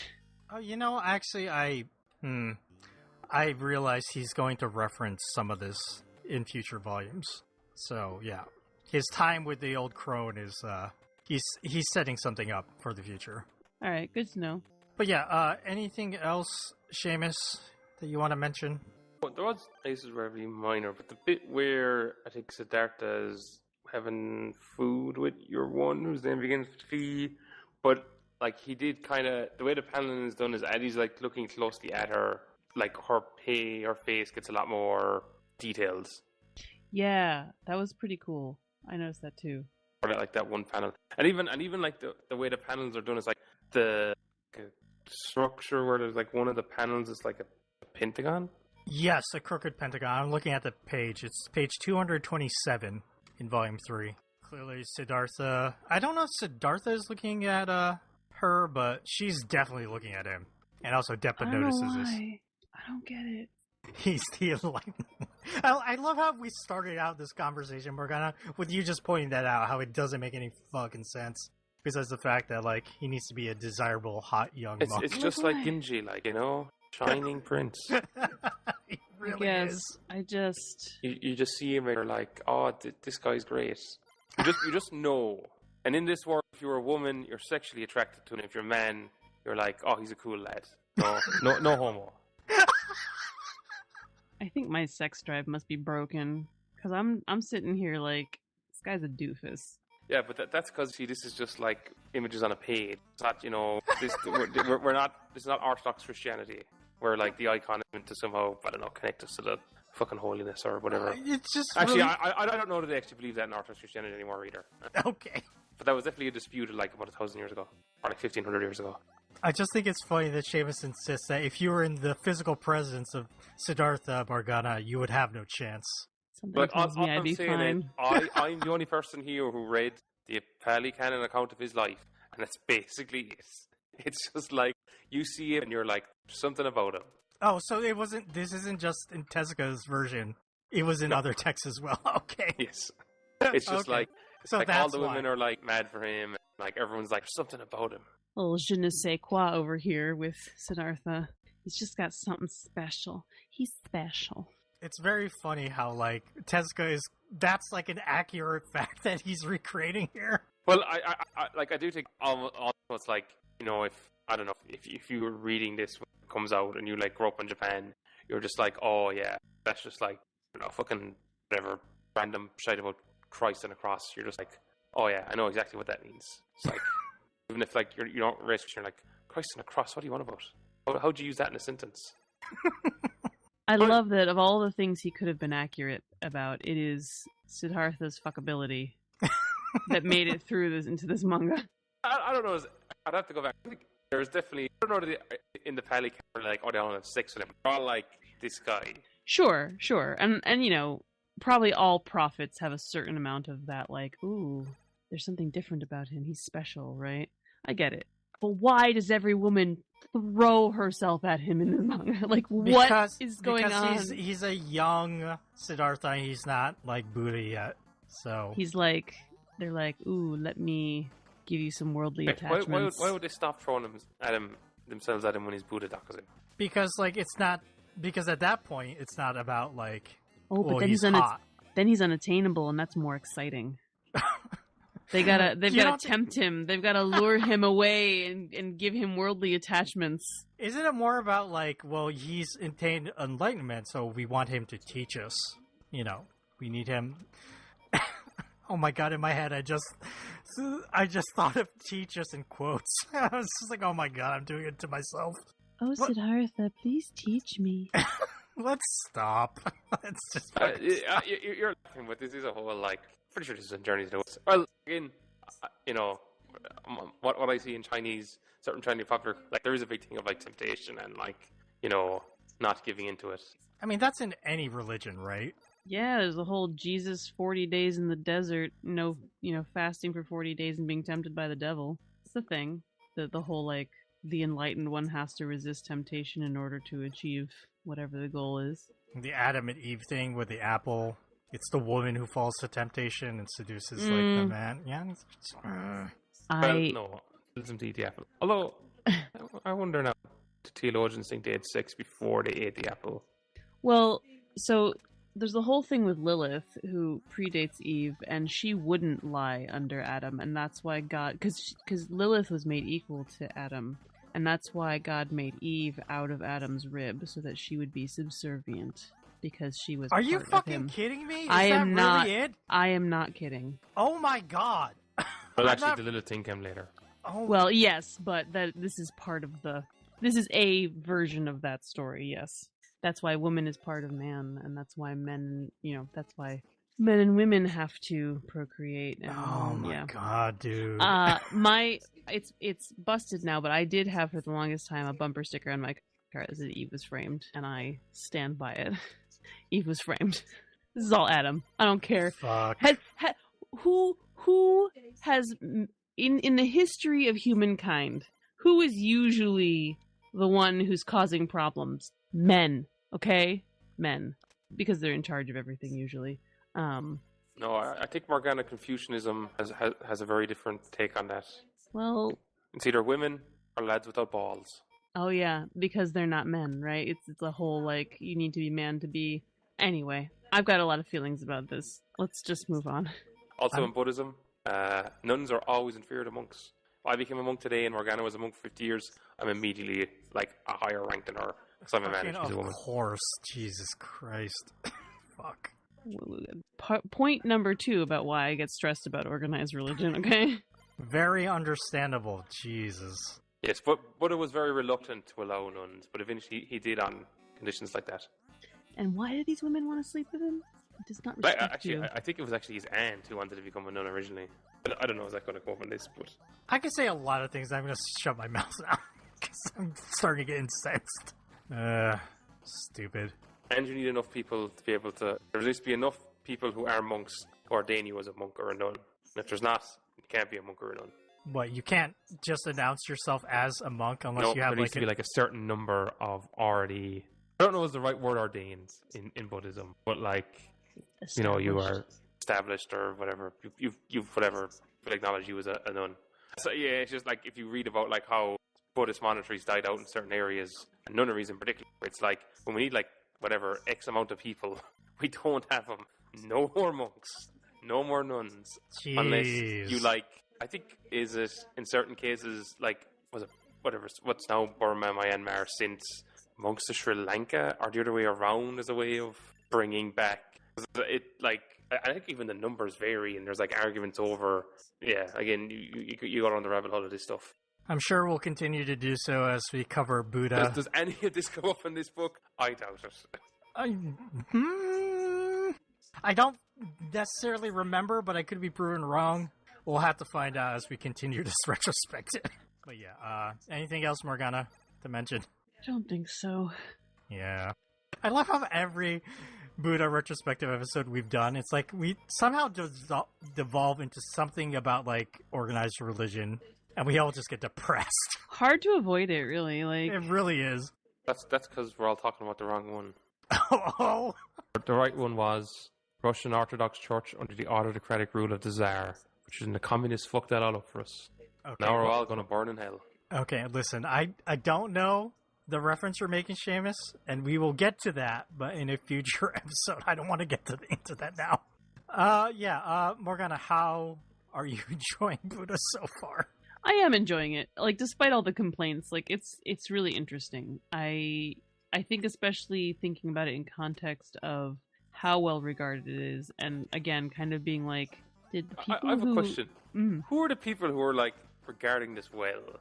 Right? Well, that's the thing is like not Buddhists, I imagine. It's my guess. Scott McCloud of Understanding Comics has a pull quote on the back of this volume. Yeah, I saw that because it's good comics. It's true. That is true. It is really like in terms of what makes comics good. I think Tezuka. I mean, we've talked about it before. I think I sometimes think people are like up his butt all the time about how amazing he is, but I also think that he does have a reputation for a reason, right? Mm-hmm. I think Buddha is a really good example of really excellent comics.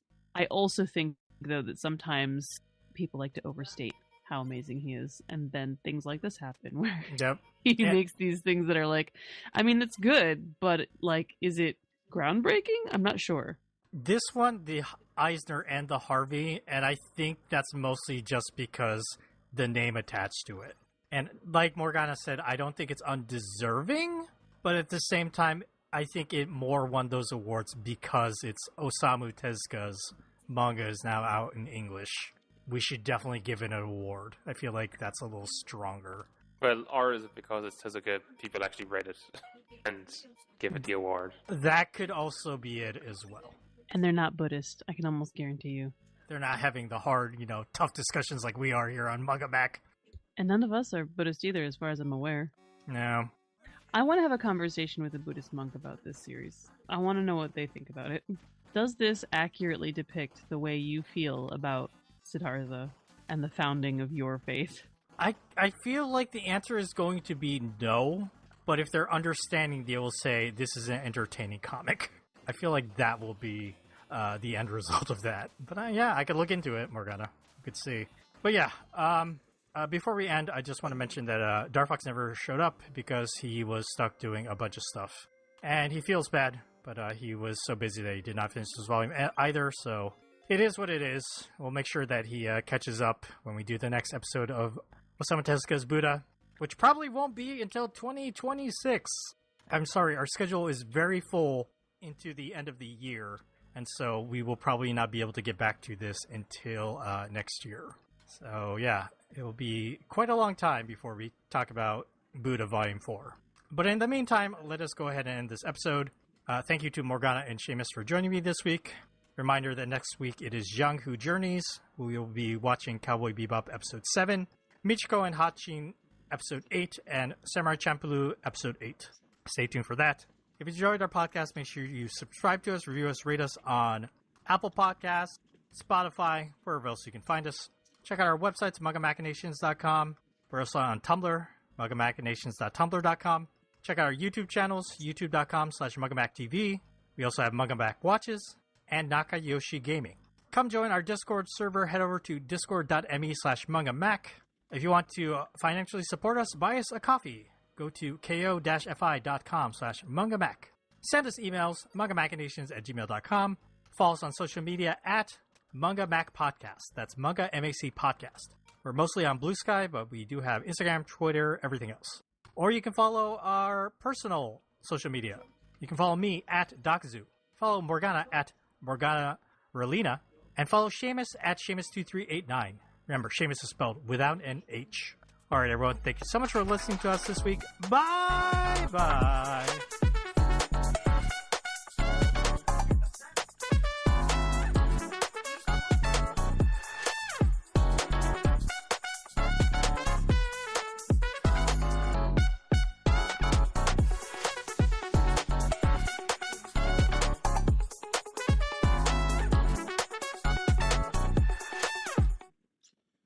Wow, what a good podcast. Wasn't that interesting?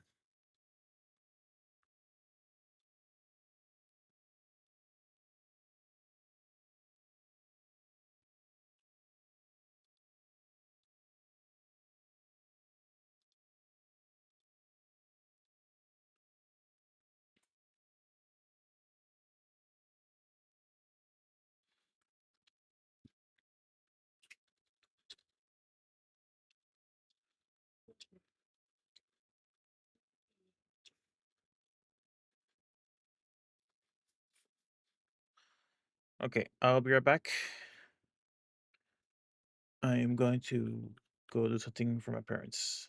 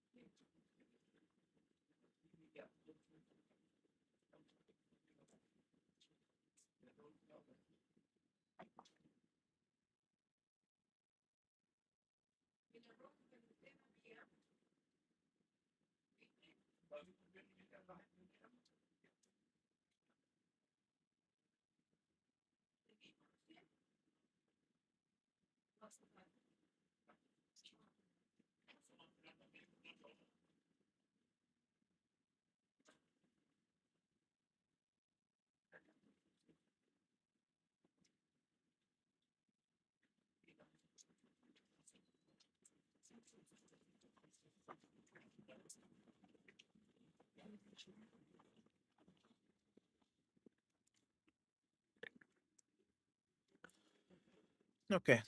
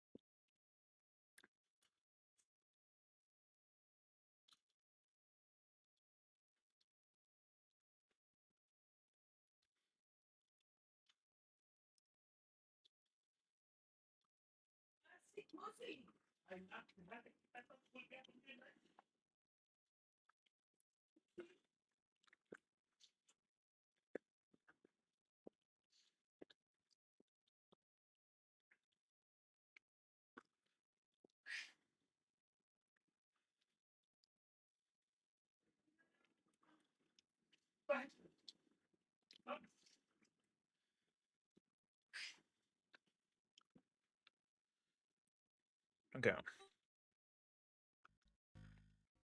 Let me try it one more time.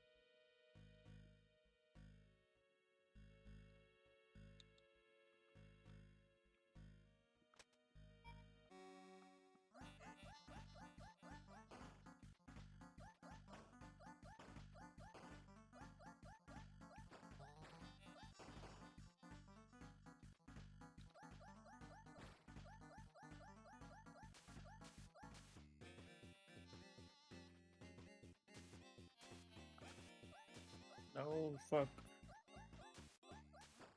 Damn, I got my ass beat.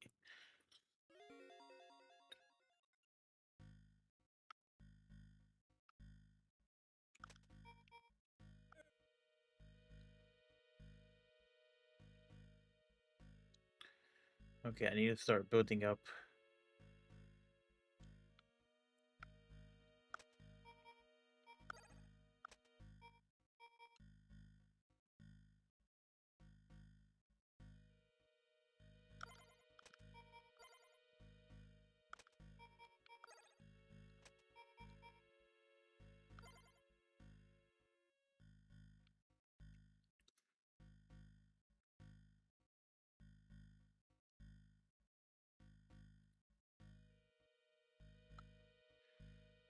Star, fire, fire. Okay, let me prioritize beefing this guy and beefing that guy.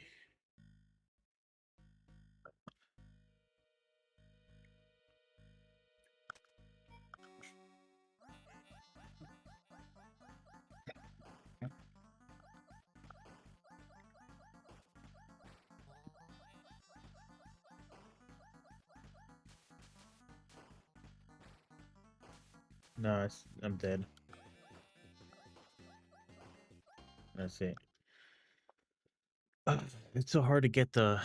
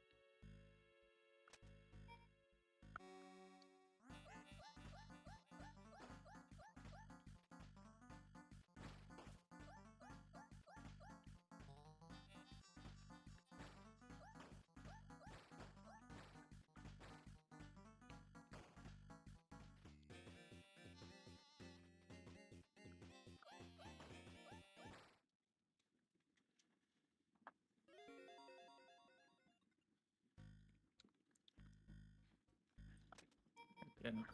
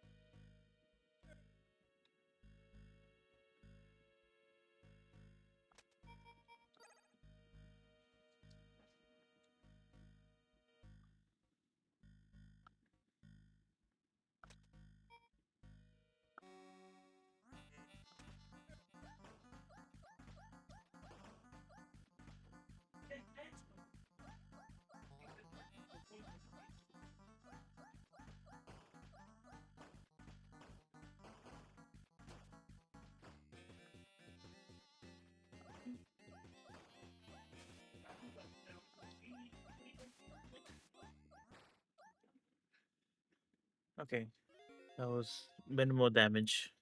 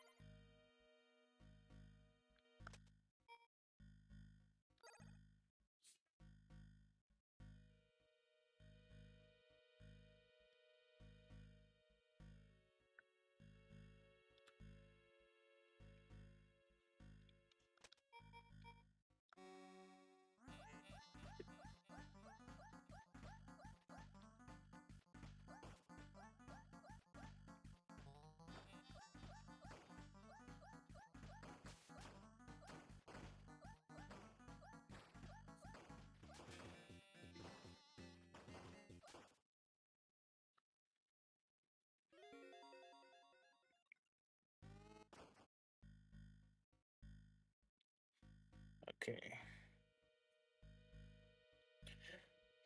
This one, I'm gonna have to soup up this section right here.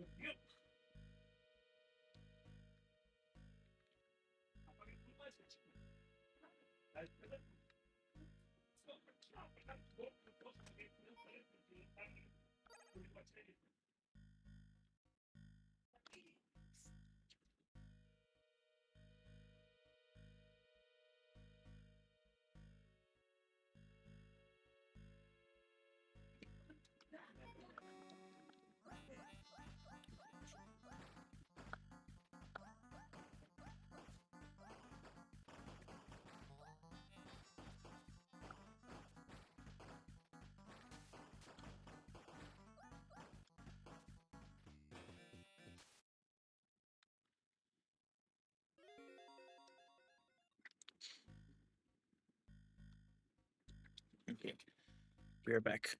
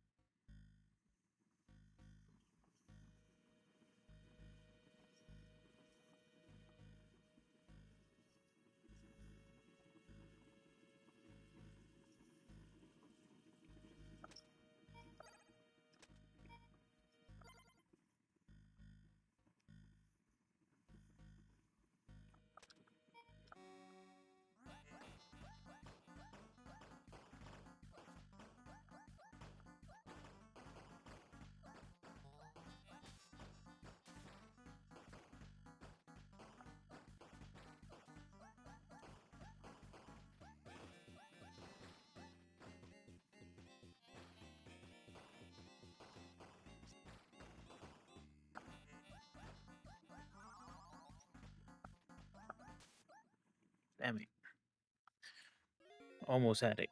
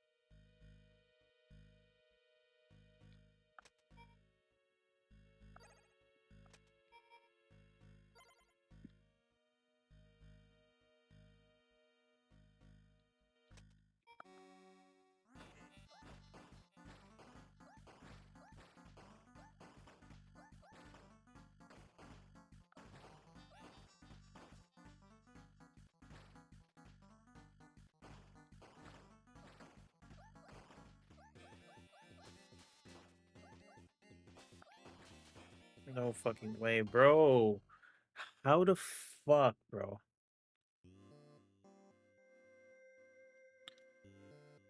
Well, what am I not getting about those guys?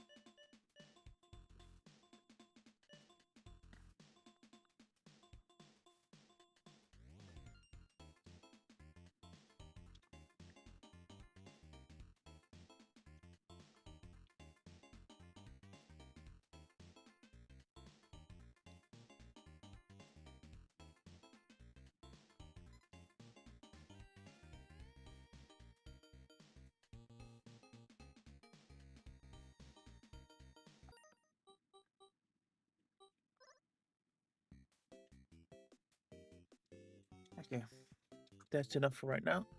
I am going to quit the stream.